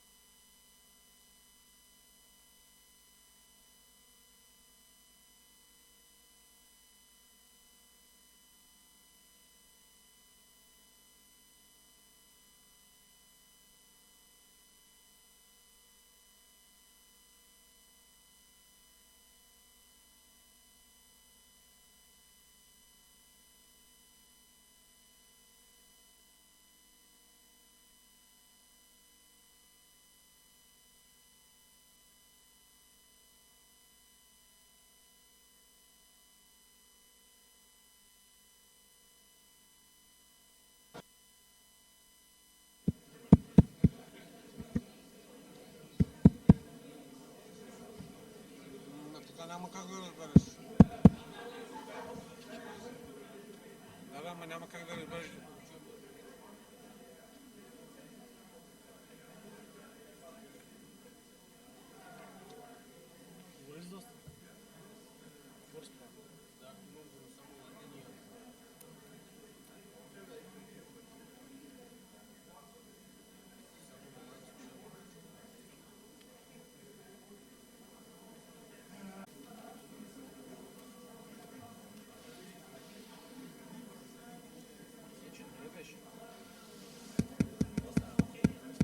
Сега трябва да го чуеш и на двете.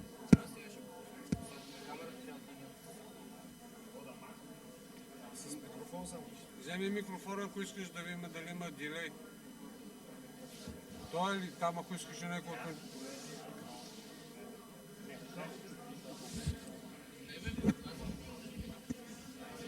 Ето го.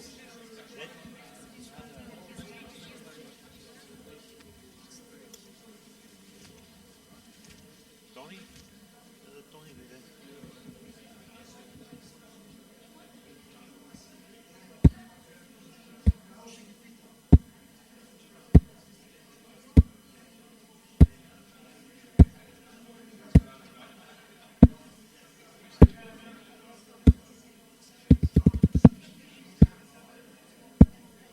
Едно, две, три, четири, пет.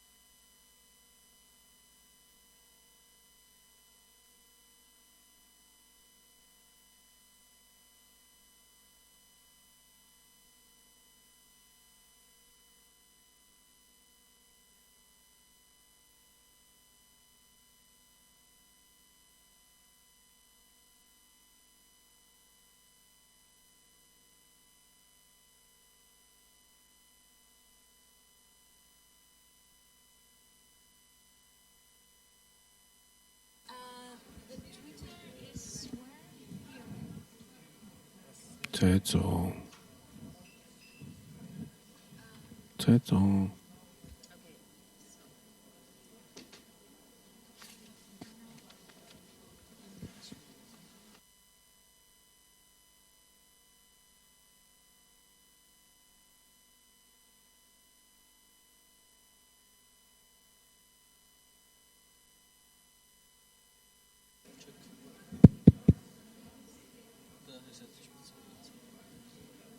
Чак сега, ето за цеца. Това беше преди половин минута. Там някъде. 20 секунди.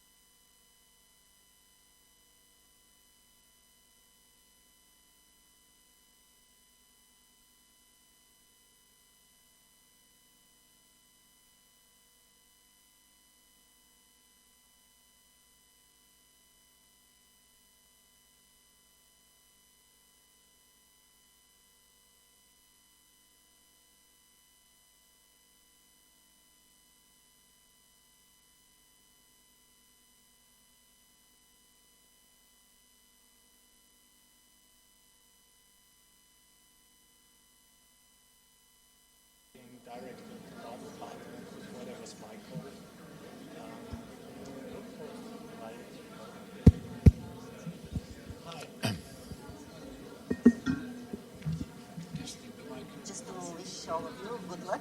I'm Bisera. Hi. Hello. Hello, I'm Bisera. How are you? Nice you are with us. Oh, because I'm very you were happy. somewhere traveling for some time and we couldn't reach you. Oh, yeah, I'm usually traveling. Marco was My assistant was the... She was in touch with us. Thank you very much for coming. Oh, it's my pleasure. Thank you for having me. And wish all of you good luck. Thank you. It's very interesting topic. Yes, thank you.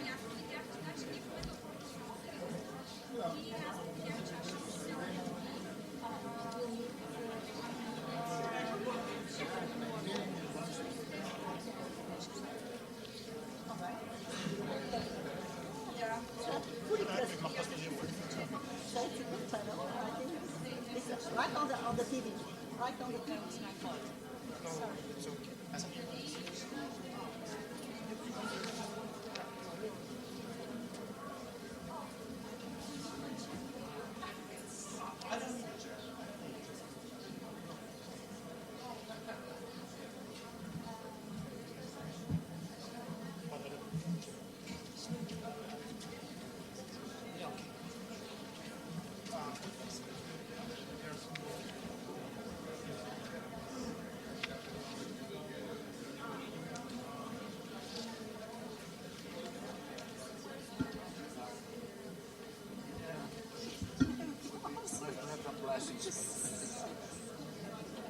Oh, no, I grabbed them outside.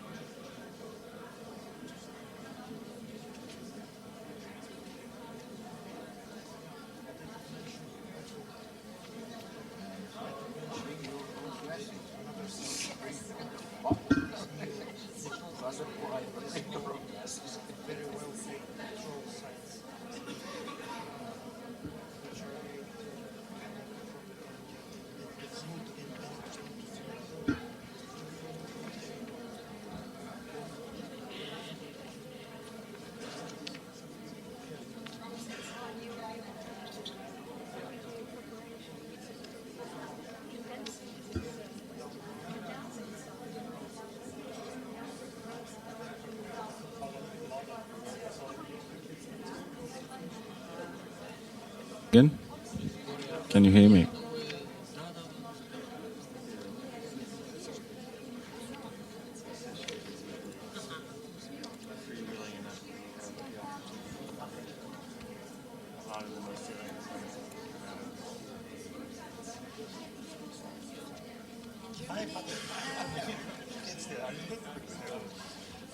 I think we should start, otherwise we delay the lunch break, so I think this should not happen too much. Yes.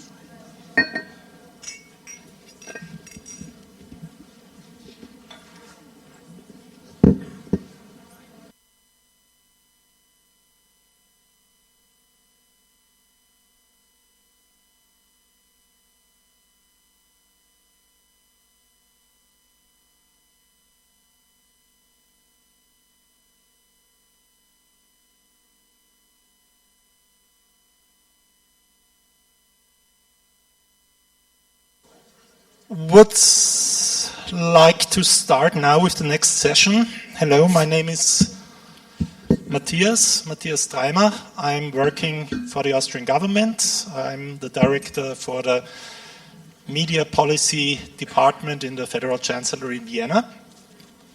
Our topic now is media in the digital age.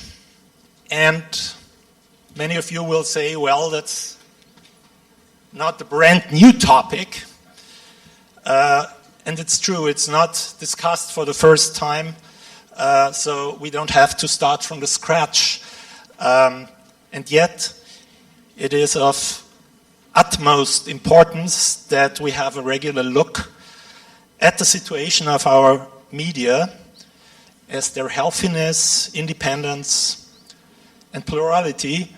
All these values mirror the status of a democracy and also the working of human rights. What does all this dynamic time of digitization we live in, where the availability and accessibility of information is an everywhere experience, where people are more spoiled for choice for content than ever, where there is really a surfeit of content. What does this mean for the so-called healthiness of the media, especially for the people working in the media, for the journalists, but also for the business models, and last not least, especially for those who expect one thing from the media to be this public watchdog, as it's often said by the European Court on Human Rights, to be really the control for political power. And all these various issues I would like to discuss with you, getting input from a wonderful panel, but we really, as we try at EuroDIG, want to have an interactive discussion, of course. And if there is not enough time during this panel, I just also want to advertise the breakout session just after the lunch break. This is kind of continuation where we especially will concentrate on the working situation of journalists and also citizen journalists and so on. Okay, so if I just may jump into this panel, and I want to introduce then when my dear friend starts to speak, before I want to introduce each other. And I want to ask you all if you would compare the situation of the media, I ask it in very general terms, with the situation. Imagine you have been sitting on a panel 15 years ago or 10 years ago and now. What would you say were the most dramatic changes in a positive or negative way for the media situation? And I see here my old friend Eero from Finland, from Isaac now, but he has, as he says, a journalistic background. And you also, when we were corresponding, you were saying you are from the dinosaurs age also a little bit when you started, but of course you have followed then all this process with WSIS and ICANN and so on. What would you say is most relevant when we look at the media situation today, and especially from your journalistic background? Well, thank you. Well, I started in print journalism in the 60s. I did television news in the 70s and 80s and became involved with digital public diplomacy starting from the early 90s. So I feel like a walking museum of history of journalism. Of course, over that time, and especially over the last 10, 15 or 20 years, the media landscape has totally changed. Entire species of media have been driven to extinction, like dinosaurs. And among the survivors, traditional borderlines between various kinds of media have been blurred and eroded. I would like to focus on what this great change in the media ecosystem has meant for journalism, which is part of the media, but not all media is journalism.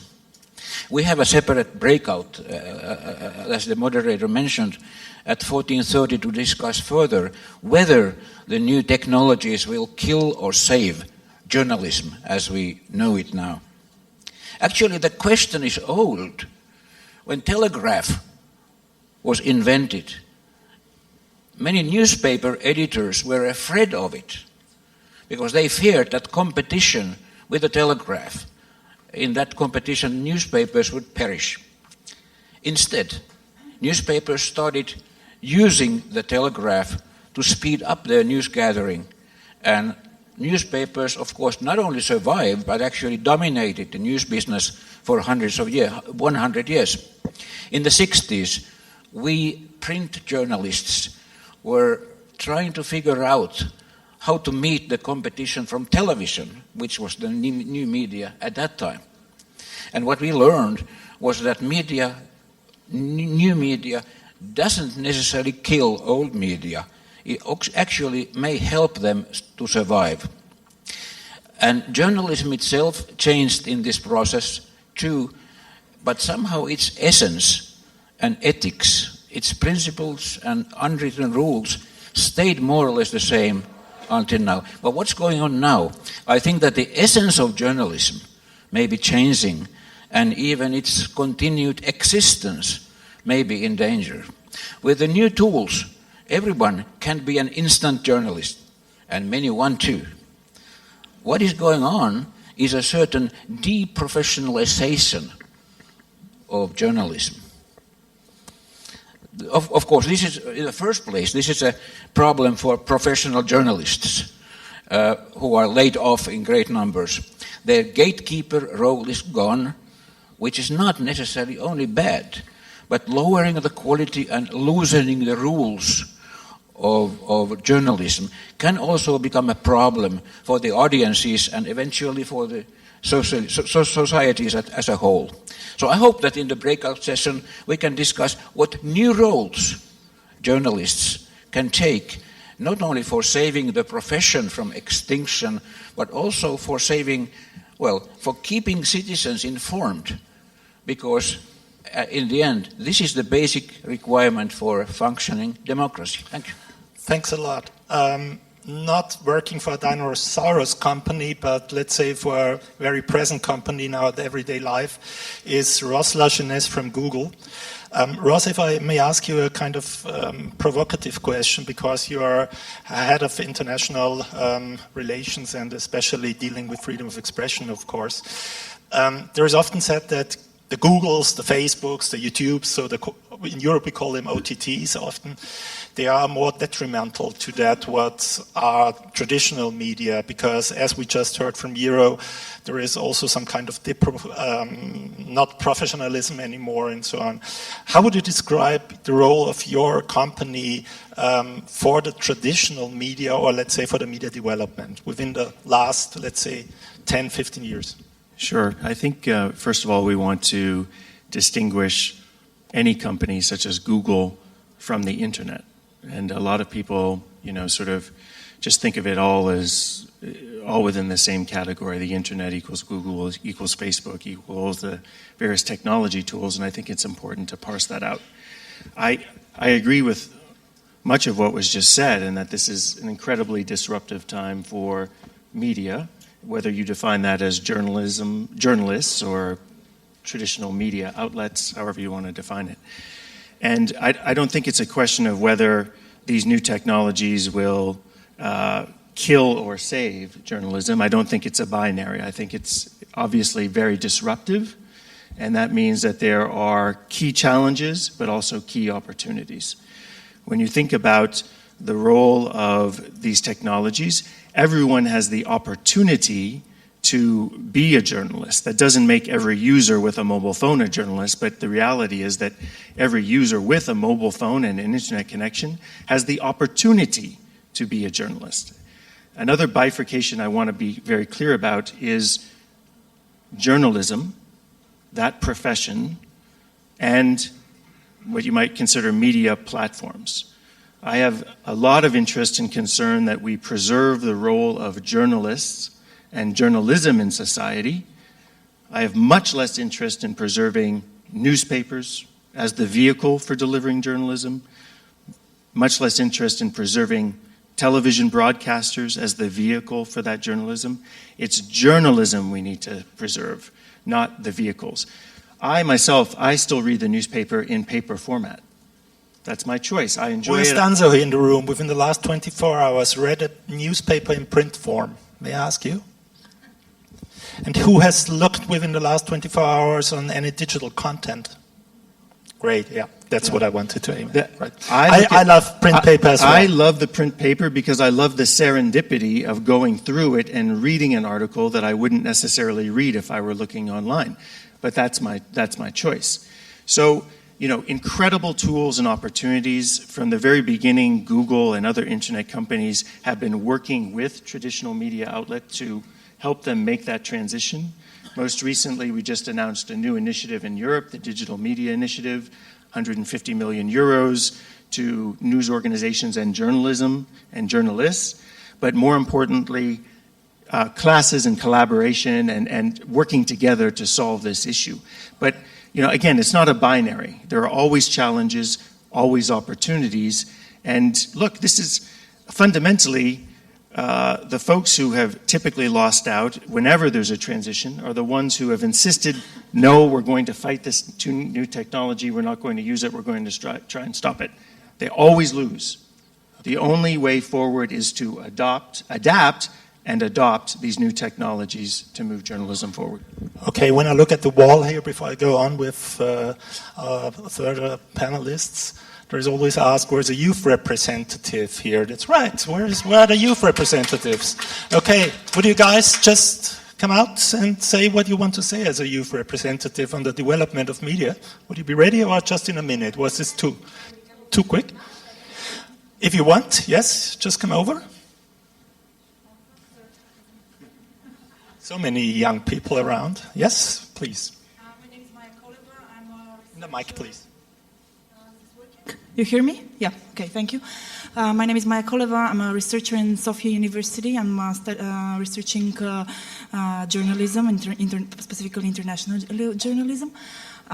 Actually, there is a lot of talk about, is technology going to kill journalism? Is citizen journalism the new thing? And I'm really happy that there is a big buzz about it. And citizen journalism is definitely a thing that we should encourage as academic community, as users, as a society. However, I'm really reluctant to say and to talk about that technology is killing journalism. To me, what the current status of information flow and huge noise on the web actually poses as a huge challenge is literacy of the audience and trust. The audience is the one that is to choose who am I going to trust and where am I going to pay my interest. I mean, where I'm going to give my attention to, who am I going to pay my attention to. And the traditional media, in the sense of broadcasters, newspapers, even big online media who are part of the establishment of traditional media, are just losing more and more trust, especially in the young audiences. And one of the reasons I believe is that journalists are not losing to technology. Journalists are losing to communicating directly to the new audiences. It'll be interesting because we have a lot of guys here with journalistic experience. How do you react? Please, and very brief, please. Okay. Yes, sure. Thank you very much, first of all, for giving us this space for us to present our views. My name is Anna. I'm taking part of the New Media Summer School, this side event for youth here in the EuroDIG. And I'm also the upcoming Director of Communications of the European Students' Forum, Asia Europe. And new media has become like one of the main tools, and probably the main tool of youth participation in Europe and in the world, and we have several cases where this can be proven. It is a way, and it is the ultimate way that we get our voices heard, that we engage in our society and even in our decision makers. And it is a platform that has made possible that media can be more reached than ever, even though the business models, of course, should add up to that.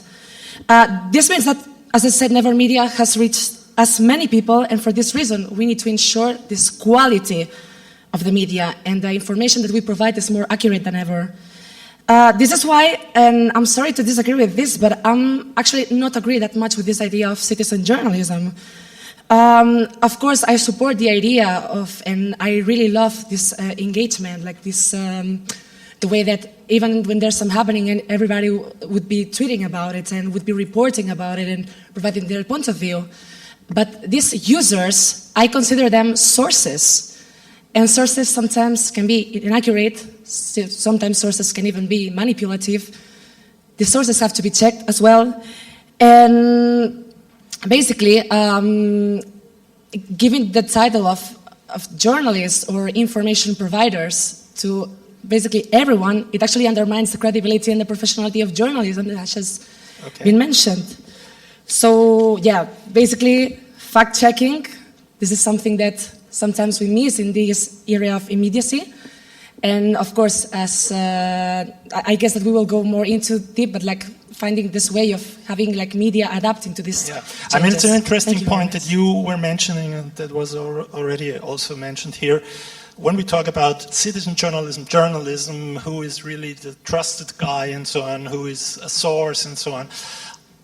Elvana Tachi from the Council of Europe, I think, could you tell us a little bit what has the Council of Europe been doing within the last years as regards this, I think, really, really difficult task on to define what is media, or what is the new notion of media? Could you just tell us a little bit what's going on? Thanks, Matthias. Before I engage with that question, I'd like to thank you for having the Council of Europe and Bisara as well for preparing this panel, and for trying to ensure a gender balance as well in the panel. So, what is media today? That's the key question. Media can range from a newspaper, which takes editorial decisions every day, which stories to publish, to an algorithm, to a formula, used by social platforms or search engines, which decide which news item ranks on the top of your screen, on your page or news feed. Media today can include anyone between professional journalists who inform the public debate, who shape the culture, who edit and shape the culture, and citizen journalists who break the news, who add context to the news, and who report on news on whichever platform online. Media today can be any application which packages news, stories, or reports, and delivers it on smartphones to individuals. Bottom line is that we cannot have a definition which really captures entirely the technological developments and which will resist the test of the next day's technological development. The only thing we can ascertain for sure is that the change is relentless. The media ecosystem has changed and it is in constant evolution. New actors are taking new roles in the production, in the distribution of media services and content. These new actors are the pathfinders to the information. These are the aggregators and the shapers, the reshapers of information. Sometimes they become the gatekeepers to the information, and sometimes they do assume editorial roles as any other publisher. All these actors today are part of the ecosystem, and they should be covered by a policy framework which acknowledges their role as the role of the media, of the press, of broadcasting, and of the new media actors. What's the view of let's say, the opinion of the Council of Europe's view in all this work? Does this happen or not, the framework in general in the Council of Member States? Council of Europe member states, on average, would you say there is a suitable framework so far, or does the Council of Europe much to do on that? That the framework also for internet freedom and freedom of speech is still improved? Yes, this is part of the overall entire global picture of freedom of expression. But what I was trying to say is that the policy framework on media should include all media actors. What this means is that the law should not apply in the same way to a newspaper as to a new media actor. The approach should be so-called graduated, or should be taking into consideration the role of each of these actors in the production, in the dissemination of information. This is the approach of the Council of Europe. What we have offered to member states is policy guidelines which put together some criteria to help policymakers how to identify when an actor is assuming the role of the media, and which gives guidelines how to apply the standards, the standards on independence of media, on protection from arbitrary application of law to the new actors. Now, this is what we have in the Council of Europe. The challenges in the media sector are much broader than this, and they are developing. One is that media in general, newspapers, broadcasters are losing revenue because revenue is shifting from display model to the search model. As a consequence, newspapers are ceasing to print and the linear TV is struggling to survive. Second, traditional media is finding itself in a sort of competition with the Silicon Valley giants, especially the social platforms, who know the audience better, who know the reader better, because they have the data about the audience and they know which content to serve to the individuals, to the readers.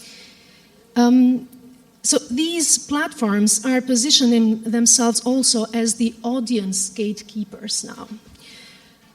A third change, but is related to the second, is that Silicon Valley companies are taking more and more functions of the media. Only recently we have seen that Facebook is actually in talks with many newspapers to host their content directly on Facebook. Also, a fourth factor is that the consumption of the media content has changed. Okay. The media content is consumed on smartphones more and more. Many interesting points. We'll come back to that. Is there something urgent right now? I would like to throw some questions for the discussion, okay. Because I think all these points, these factors, these developments raise policy questions. And we should be asking ourselves how to address these developments, how to preserve the diversity and pluralism of information, the marketplace of ideas. I noticed here the point mentioned by Ross that he's much more interested in the preservation of the profession of journalism rather than in the preservation of the media outlets. I'd like to argue that with the argument that we really should preserve the diversity and pluralism of information. And if that means media, organizations, and journalism together, we should be mindful about that. Okay. And the Silicon Valley company that you were mentioning Facebook, but I think you have something to do with Silicon Valley as well. Will maybe react also on that. What do you directly, very briefly? We completely agree that we want to preserve and actually promote the diversity of material and points of view. How do you do that with regulation? Okay. We'll come back to that. That's there are many ways of achieving one of the key diversity questions. and advancement, but I don't know how regulation does that. Of course, now we have the crucial word regulation. It's always one of the crucial words. I'm also one of these bad government guys who are symbolic. I'm not from the Ministry of Foreign Affairs. By the way, I'm from the Federal Chancellery. I just want to stress that because that's kind of competitions among the ministries. So, yes, when we speak about regulation, well, what states have been doing within the last decades, of course, since World War II especially, was to install something like a public broadcasting service, because there they said there is maybe a kind of also responsibility of the state as regards to have a kind of multi-content offer which a special institution provides. And in times like this, there is often the question, do we need public service as such anymore? Because, as I said, we have this surfeit of offers of information and of course, public service broadcasters are more discussed under the term public service media, is it right? And there is a profound expert here, it's Roberto Suarez from EBU. What is the view of the future of public service media, and what would you say are the biggest challenges behind this discussion we just had? Well, thank you for the invitation. I'm not going to give the answer. The audience will find the answers themselves. I'm just going to lay out some facts. So you were asking what has changed in the last 15 years. There is something that has not changed. That is that media are the main tool that people use to have an opinion and to build their reality where they live. And that role of media has actually been increased. If you think in your media diet 15 years ago and how much media you consume every day, you will notice that it has increased exponentially. And therefore, the question is, you mentioned regulation. I think regulation is important because what kind of media ecosystem do we want? How do we want that source of information that shapes our reality to be? Do we want it like a totally free market where economic profitability legitimately, but it's the only goal? Or do we want also a media market that ensures social profitability, diversity, pluralism, that economic profit is not only for a few ones, but spread across the territory? In the end, it's a question of ideology, and both options are valid.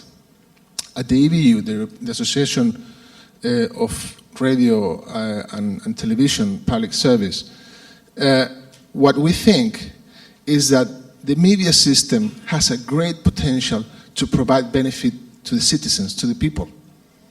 And to do that, you cannot be only focused on economic profitability.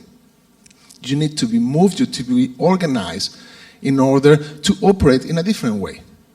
And that's why we think that public service media are totally and even more necessary than ever before now.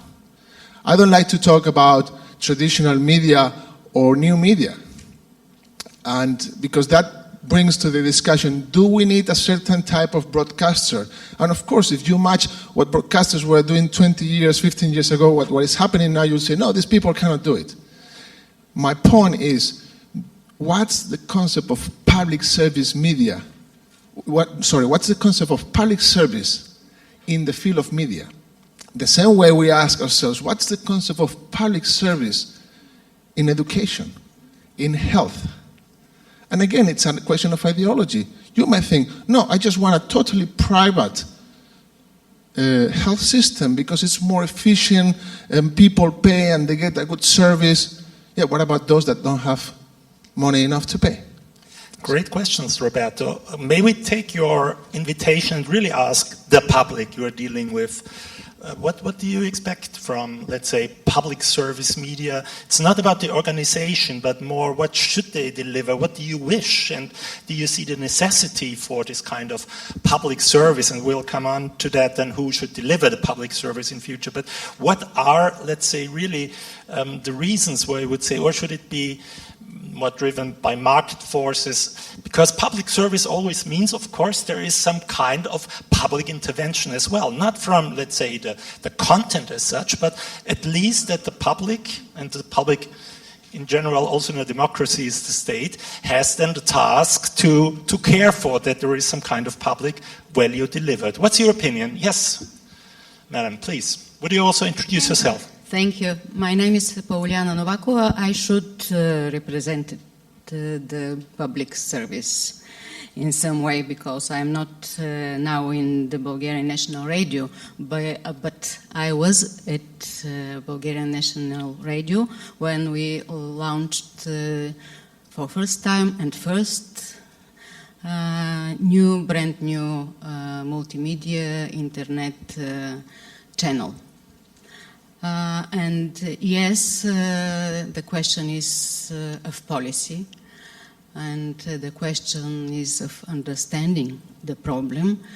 The question is of surviving of the public media as all, because the content is the king. This is public media, and public media should transfer this content to new audiences. And fortunately, I was part of a team when Director General of Bulgarian National Radio was Valery Todorov, a team convinced that new technologies generate a new culture, the culture of mobility and personal choice, and we should respond to this new culture. As Tim Davy from BBC, the director from BBC, put it, either you can choose to digitalize the radio and be part of development, the medium, or you can manage its decline. We decided to manage the future of the Bulgarian National Radio, and we launched this program devoted to young people, young generation, internet generation, which don't hear to old radio receivers. And this was a very hard task indeed, to connect all analog technologies with non-analog technologies. Thank you very much. I just have to look a little bit at the time. I have to say that this not exists. Okay. Because of misunderstanding. Okay, thank you very much. Patrick from the Council of Europe, you would also introduce yourself? Yes, Patrick Pennings, head of the Information Society Department in the Council of Europe. I already spoke before. I just would like to come back to a question you raised with regards to what is the situation of media in the digital age in the Council of Europe countries, which are the 47. And I'd like to re-insist, because very often we speak about EU and non-EU. I would really like to insist, and we made a considerable effort to have many countries outside the European Union present in this forum as well. And I would really be quite upset to consider the non-EU as second-class European citizens. In order to respond to your question, where are we when it comes to media in the digital age, and you asked a question particularly to my colleague Elvana with regards to the situation in our countries. Well, the Secretary General just launched a major report on the state of human rights, democracy and rule of law in Europe, in the whole of Europe. And what we see is that despite all the digital progress, we are considerably regressing when it comes to freedom of expression in our 47 countries. That may be because of the political situation, that may be because of the economical situation, and that all the items that have been mentioned in the panel so far, whether that be public media broadcasting, whether that be elements on protection of journalism, we are regressing in Europe. And that is an important trend. When it comes to the whole aspect of the digital, because freedom of expression translates itself online and offline, for us there is not a divide between the two. We are speaking about freedom of expression. Well, when we speak about the online, we see that we have extremely little information about the situation in our 47 countries. Even the NGOs, which are particularly focused on freedom of expression, have little information about how this is being translated in guidelines for our digital world. So that would be my major contribution. Thanks a lot, Patrick, also for coming back to this question from before, which will be, of course, an important point for discussion. But if I may just go back to this public value point, and we have also an academic here, Lizzie Jackson from Ravensbourne University in London. When we were discussing before this panel, you were reminding that there are some academics, as you say, who claim that public service media are kind of diluted by other players. What is your message on that? I've been studying, I worked for the BBC for about 20 years and started their social media and ran that. When I saw that it was necessary for the organisation to adapt, to have a different relationship with the audience, adaptation for public service media is absolutely vital because it's a network of networks, and it can also increasingly carry long form and medium form, television and radio, as well as social media and gaming and all sorts of things. So I'd like to make some 5 points to throw out to the audience here. Provocations for discussion, to stimulate discussion. I believe that other entrants are coming in, doing some of the functions of public service media in the public good, or information, or citizen engagement in the public good. The thing is, the internet, point 1, has no borders, and public service media are currently bounded by borders. I agree with the last speaker that perhaps we should see people who aren't in the EU as others. There are plenty of people who've migrated to America, Canada, Australia, etc., who are interested in Europe and who want to have a say just as much as anybody else. But public service media are bound financially and institutionally by member states, the borders of member states, and that's an issue which some of them are addressing, but many are finding it difficult to address because they aren't able to have a sufficient presence or skill set or understanding of the internet. That's the case in many European countries. The second point is the increasing growth and some argue dominance of internet-born global firms such as Netflix, winning awards for television series, Amazon with Amazon Prime, delivering media, Google, my colleague here, and his organization, and Facebook, who are also delivering media. They're increasingly becoming media providers, and this means potential audiences for PSM, public service media content, are fewer. There's only so much time in the day. The next point is organisations. I'm seeing organisations such as The Guardian newspaper online, fantastic, it's transitioned wonderfully online, and they have lots of national editions for Australia, America, etc. Wikipedia is a global organisation. They're both providing information and debate, blogging, etc., in the public good and collecting contributions of information for us to be able to make decisions about our lives and our governance and our governments. And also the non-commercial search engine DuckDuckGo is interesting, and that's got crowdsourcing translators to create national versions of DuckDuckGo using the public translators. Also, the next point is that the ethos, in my opinion, of public service media remains just as powerful as it always has been. The significant difference is they're not affected by commercial agendas, public service media. Many search engines use predictive analytics to serve as content, and that's content based on previous choices.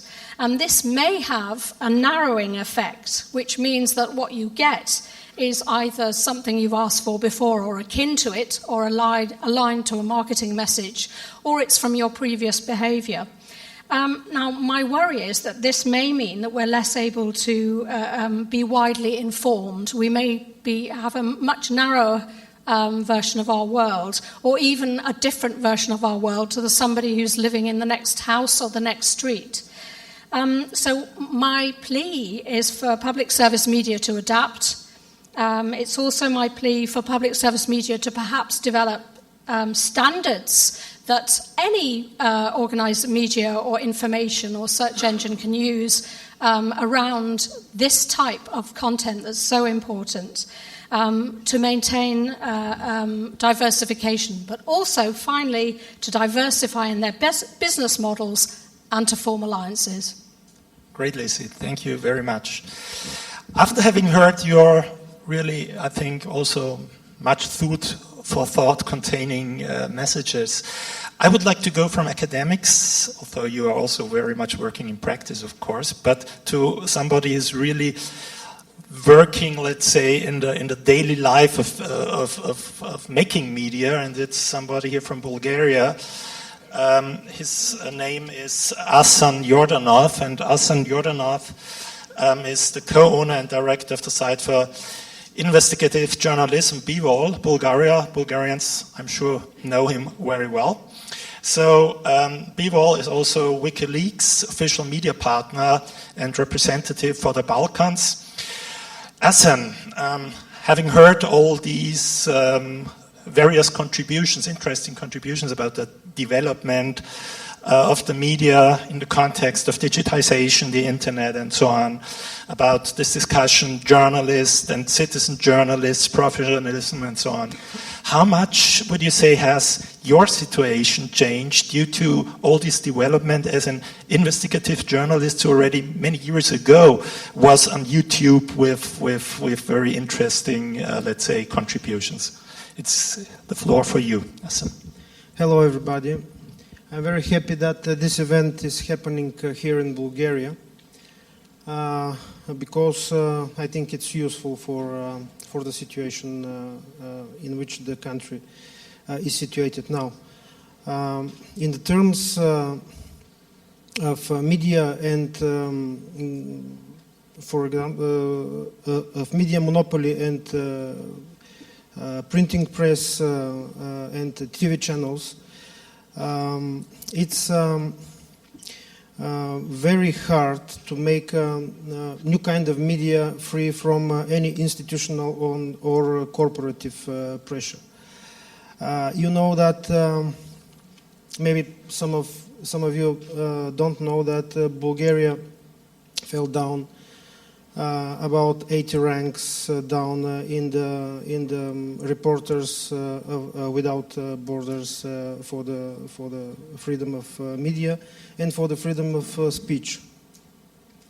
And it's absurdly enough because this downgrade happens after the country became a fully member of NATO and the European Union. It's for the last 7 or 8 years. It means that we fell down 10 ranks per year in this ranking system. So it means that the whole ranking system is about 180 ranks after, if we keep this speed of devolution, we could solve the problem after the next 8 years, because we are going to be out of the ranking system of Reporters Without Borders. We are very hard keeping the last place in European Union, even down of, for example, of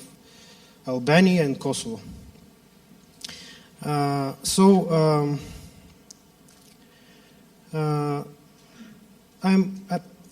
I'm an investigative journalist for the last 20 years. So I'm one of the witnesses of the process in Bulgarian media for the so-called transitional period of time.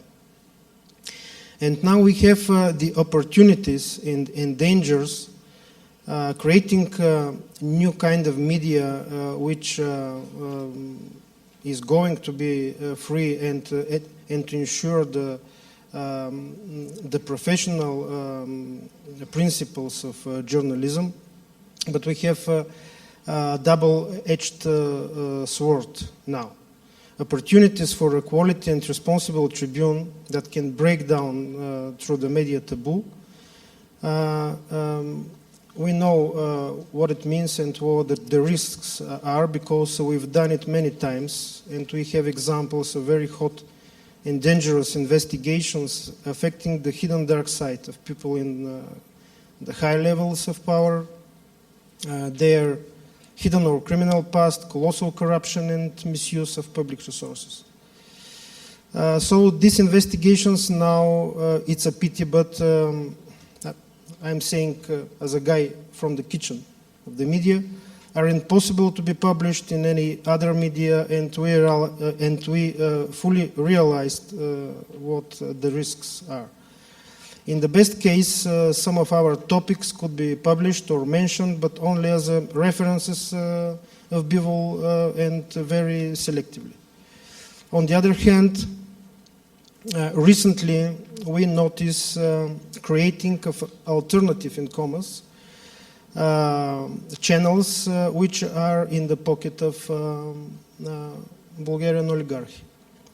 Creating troll sites which broadcast information fundament on supporting pillars of propaganda and black PR, and it's therefore important to focus on the personal authority.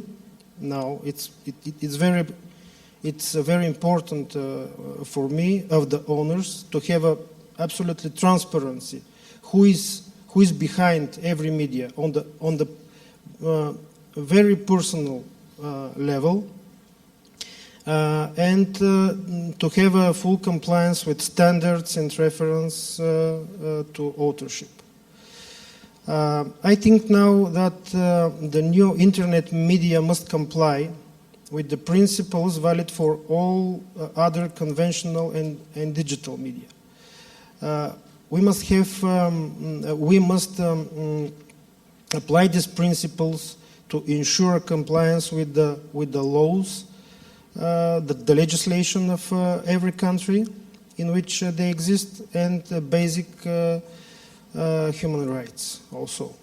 Unfortunately, here in Bulgaria, we have a number of electronic or internet media which drastically violate elementary and generally recognized principles and legislation. But they work not controlled in any way, and it's almost impossible to be this troll media or not transparent ownership media to be affected and to be made to protect effectively public rights. Asen, may I just sure, look at the time a little bit, but I think we will come back to many sure. of the points. I really want to go into the audience, and somebody was twittering I have interrupted somebody. Sorry for that. Okay, I start with you, and then this lady over there, and then this gentleman over there, please. Thank you. Ruža Smilova, Center for Liberal Strategies, Sofia and Sofia University. I would like to raise an issue that has been only side-touched. It relates to regulation. There is a controversy here whether regulation is needed to guarantee quality of media content. And considering this issue, we should bear in mind a recently growing phenomenon of parties, political parties, because who is going to introduce this regulation? It's most likely, we expect this from politicians, but the relation between politics and media is changing in the last 15 years. There was a relative autonomy between political parties, the political sphere on the one hand, and media actors on the other hand. These relatively autonomous spheres are merging more and more. In this country, may I just interrupt you and ask you one question? Because there was always this discussion. Yeah. There is too much influence by politics, by political parties to media, and you say now they were autonomous, and this has changed within the digitization. What do you mean by that? In this country, we have 3 political parties in parliament now that grew out of media outlets, which is a recent, very new development. And if we expect regulation to come from politicians that grew out of media, it's very unlikely we will get it. And we need regulation because of the reasons pointed out by Asen. We have monopolization of the media sphere by a few voices, and we very rarely know who is behind those voices. Transparency is the key word that we just heard. Transparency is important. And I just wanted to say that we really don't know who speaks. Is it a journalist? Is it a politician? Because politicians often turn into journalists often turn into politicians. They turn sides, they become PRs, and we don't know who is speaking. Is it a journalist or a PR or the speaker of government? So the more important is transparency in the digital age. That's your message, and I think this hybridization between media and politics is not happening only here. It is part of a growing wave of populism that is hitting Europe and not only. Perfect. Beyond. Thank you. Before I give the floor, thank you very much. Matthias. Before I give the word to my friend from UNESCO, right? Yes. Before, I just want to ask Roberta, you wanted directly to respond to that. Concerning regulation, Rose said before, how are you going to ensure quality with regulation? Diversity. Oh, sorry. I'm not saying there's no role for regulation. The question, I never said that there isn't a role for regulation. The claim was that through regulation, you can ensure diversity. And my question was, how do you ensure diversity of viewpoints through regulation? Okay. So, of course, through regulation, you cannot ensure diversity, you cannot ensure quality, you cannot ensure professionalism. Through regulation, what you can try to ensure is market conditions and working conditions that lead to that quality, to that diversity. Okay. Because, again, the market by itself and with its rules of profitability usually enters in conflict with diversity, with quality.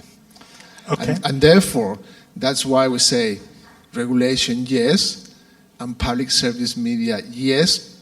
And before I was talking about the concept of public service in the field of media, and then you continue saying, well, it seems like it's not about the institution or the organization. Yes and no.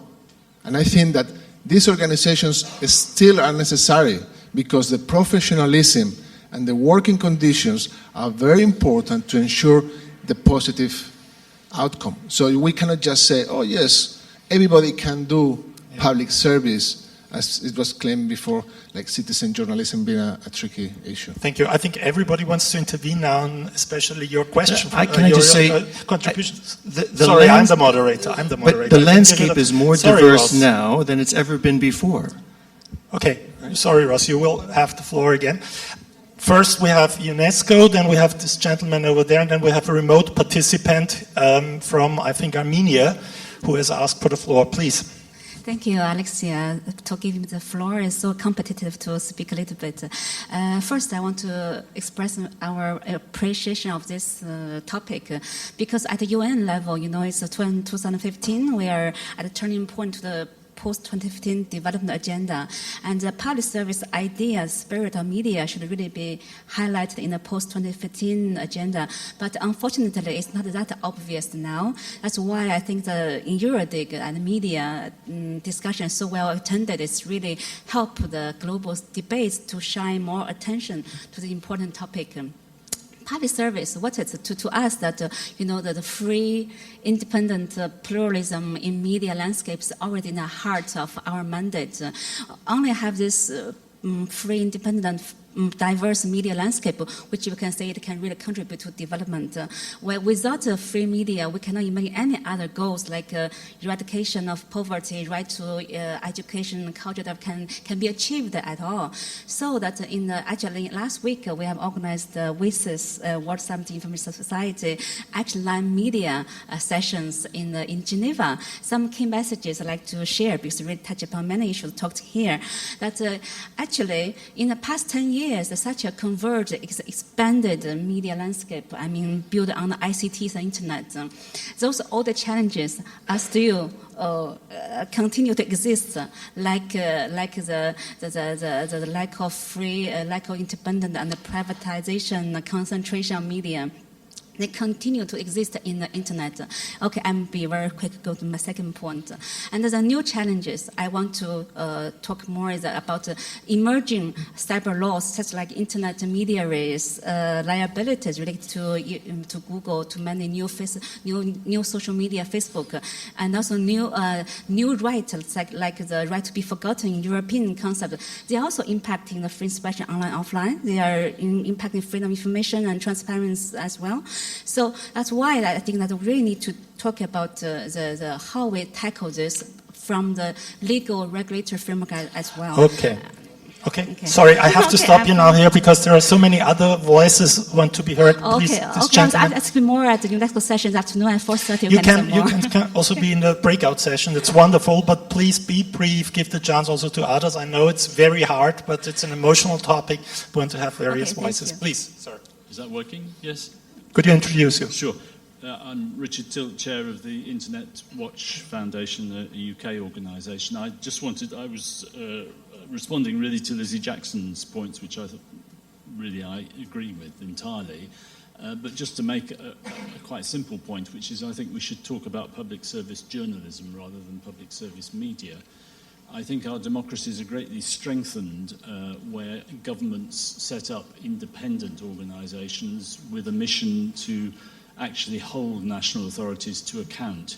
The media themselves will, of course, communicate. There are various ways, and the fact that we now have a digital medium greatly expands how that message can be communicated. But the core of it, in terms of the public service, is having and encouraging the journalism. Okay, thank you very much. Now we have a remote participant, I think. Who is responsible for the remote participants in the room? Is there anybody? Yeah, okay. Yes, please, would like to have the remote. Then I have this gentleman. You want to take the floor after the remote participant. Yes, please. Who is there? Houston speaking. Who is there? Oh, I see Garrigan. Garrigan, are you here? Yeah. Great, welcome, Garrigan. I'm Matthias. I regret that you are not with us. Yeah. Could you introduce yourself? My name is Garrigan Chukasizyan, and I'm Executive Director of IT Foundation, as well as President of an opposition organization called Founding Parliament. Let me add a different viewpoint about current media ecosystem in a former Soviet country, and second, Frederick's remarks about simultaneously happening digital progress and human rights and political situation regress. It's quite symbolic that I am participating in this session remotely, as Chief Prosecutor's Office in Armenia hasn't let me travel out of country, and it is only due to the efforts of Human Rights Watch and other local and international pressure that me and 4 of my opposition movement colleagues have been freed from prison, and so I can take part in this conference. Yes, we are living in strange times when you can enjoy the wonderful technical opportunities of remote discussion of freedom of internet, but paradoxically at the same time having restrictions to enjoy basic human rights like the right of freedom of movement. In recent years, especially after Ukrainian events, we in Armenia, along with many others in former Soviet Union, are witnessing a reincarnation of authoritarian mechanisms, including the abuse of power by police, prosecutor's office, cards, or the propaganda-driven censored media, the monopolization of political power by one party, and all of this is strangely accompanied with the spread of internet and new communication technologies. This strange form of authoritarian rule could be called hipster Stalinism. I borrowed that expression, that metaphor, from The Guardian, and I want to use it to describe in a nutshell what has happened in the last 20 years to political as well as to media landscape of Armenia, and I suppose also to the much of media landscape in former Soviet Union and maybe also to Eastern Bloc countries. I was reading an article in The Guardian about architectural renovation in one of the biggest Moscow parks, maybe one of the size of Monaco. This park was built in Stalin times and was meant to depict the Stalin's economic social achievements. Today they are being renovated.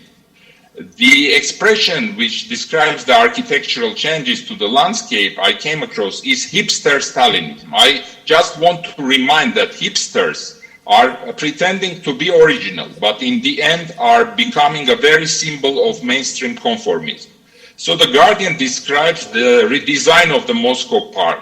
It's strange to have a strong Stalinist space which is actually fashionable and tries to be very light.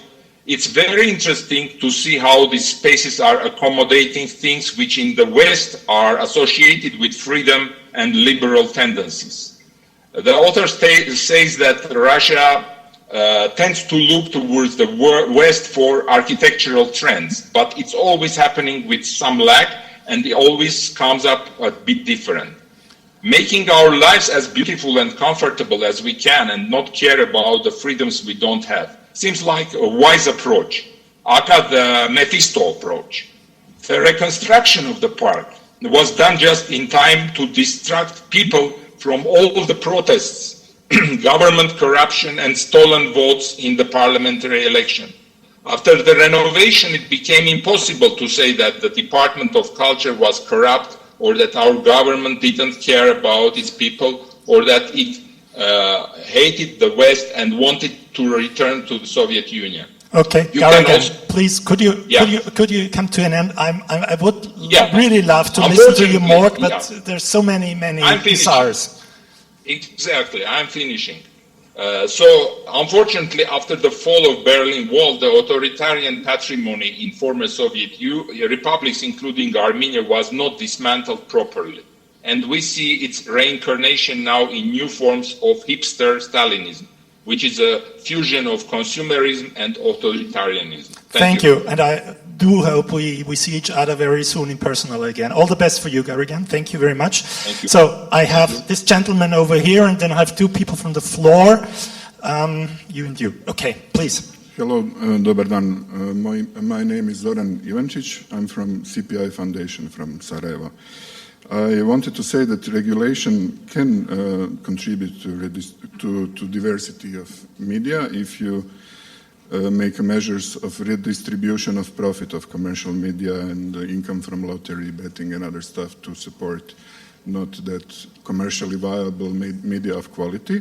I wanted to make a remark that, or actually ask Mr. Ross about how he explains that this new media initiative supports big publishers, huge companies in Europe in publishing business, and startups, as I understood. So startups, if they are not going to use a paywall, which doesn't seem to be a viable option, they will again have a marketing model of using data it gathers or collects. That's my understanding. I wanted you to comment. And I wonder how computational journalism that you're offering will contribute to advancement of media, and if it's adaptable and our media consumers are illiterate, as someone mentioned before, I think that more effort should be invested in creating media literacy curriculums. Very, very crucial point, media literacy, of course. Okay, Jordan, please, and then Elvana. Jordan, you wanted to take the floor and react, I think, one of the contributions from the audience, or whatever, please. Just need the mic. I wanted to add something for the first statement about the connection of parties, propaganda, and these so-called internet trolls, which was here. And we have a quite a good number of investigations concerning this phenomenon, which, how to say, it's very typical for the ex-communist countries, and especially it's very spread out in Russia now. So I don't know if you've read a very profound article of New York Times 2 days ago, which is called The Agency, with the topic of the agency, which reveals the concrete structure of special buildings and well-paid persons who make thousands of anonymous profiles, flooding the social networks, flooding all the media, commenting with very exact supporting points which they have to keep. And it's very bad because we notice we can witness this in Bulgaria now. And what is the exit? What is the exodus of this situation? I think that it's the effective operation of national and international legislation, which have to be implemented in the regulation of the activities of all internet media and social networks too. Because what other criteria do we have except the legislation? Okay, Adana, thank you. Thank you, Matthias. All the contributions, all the comments made so far demonstrate how important this session is, how critical importance this discussion has. We are hearing the challenges to the media, the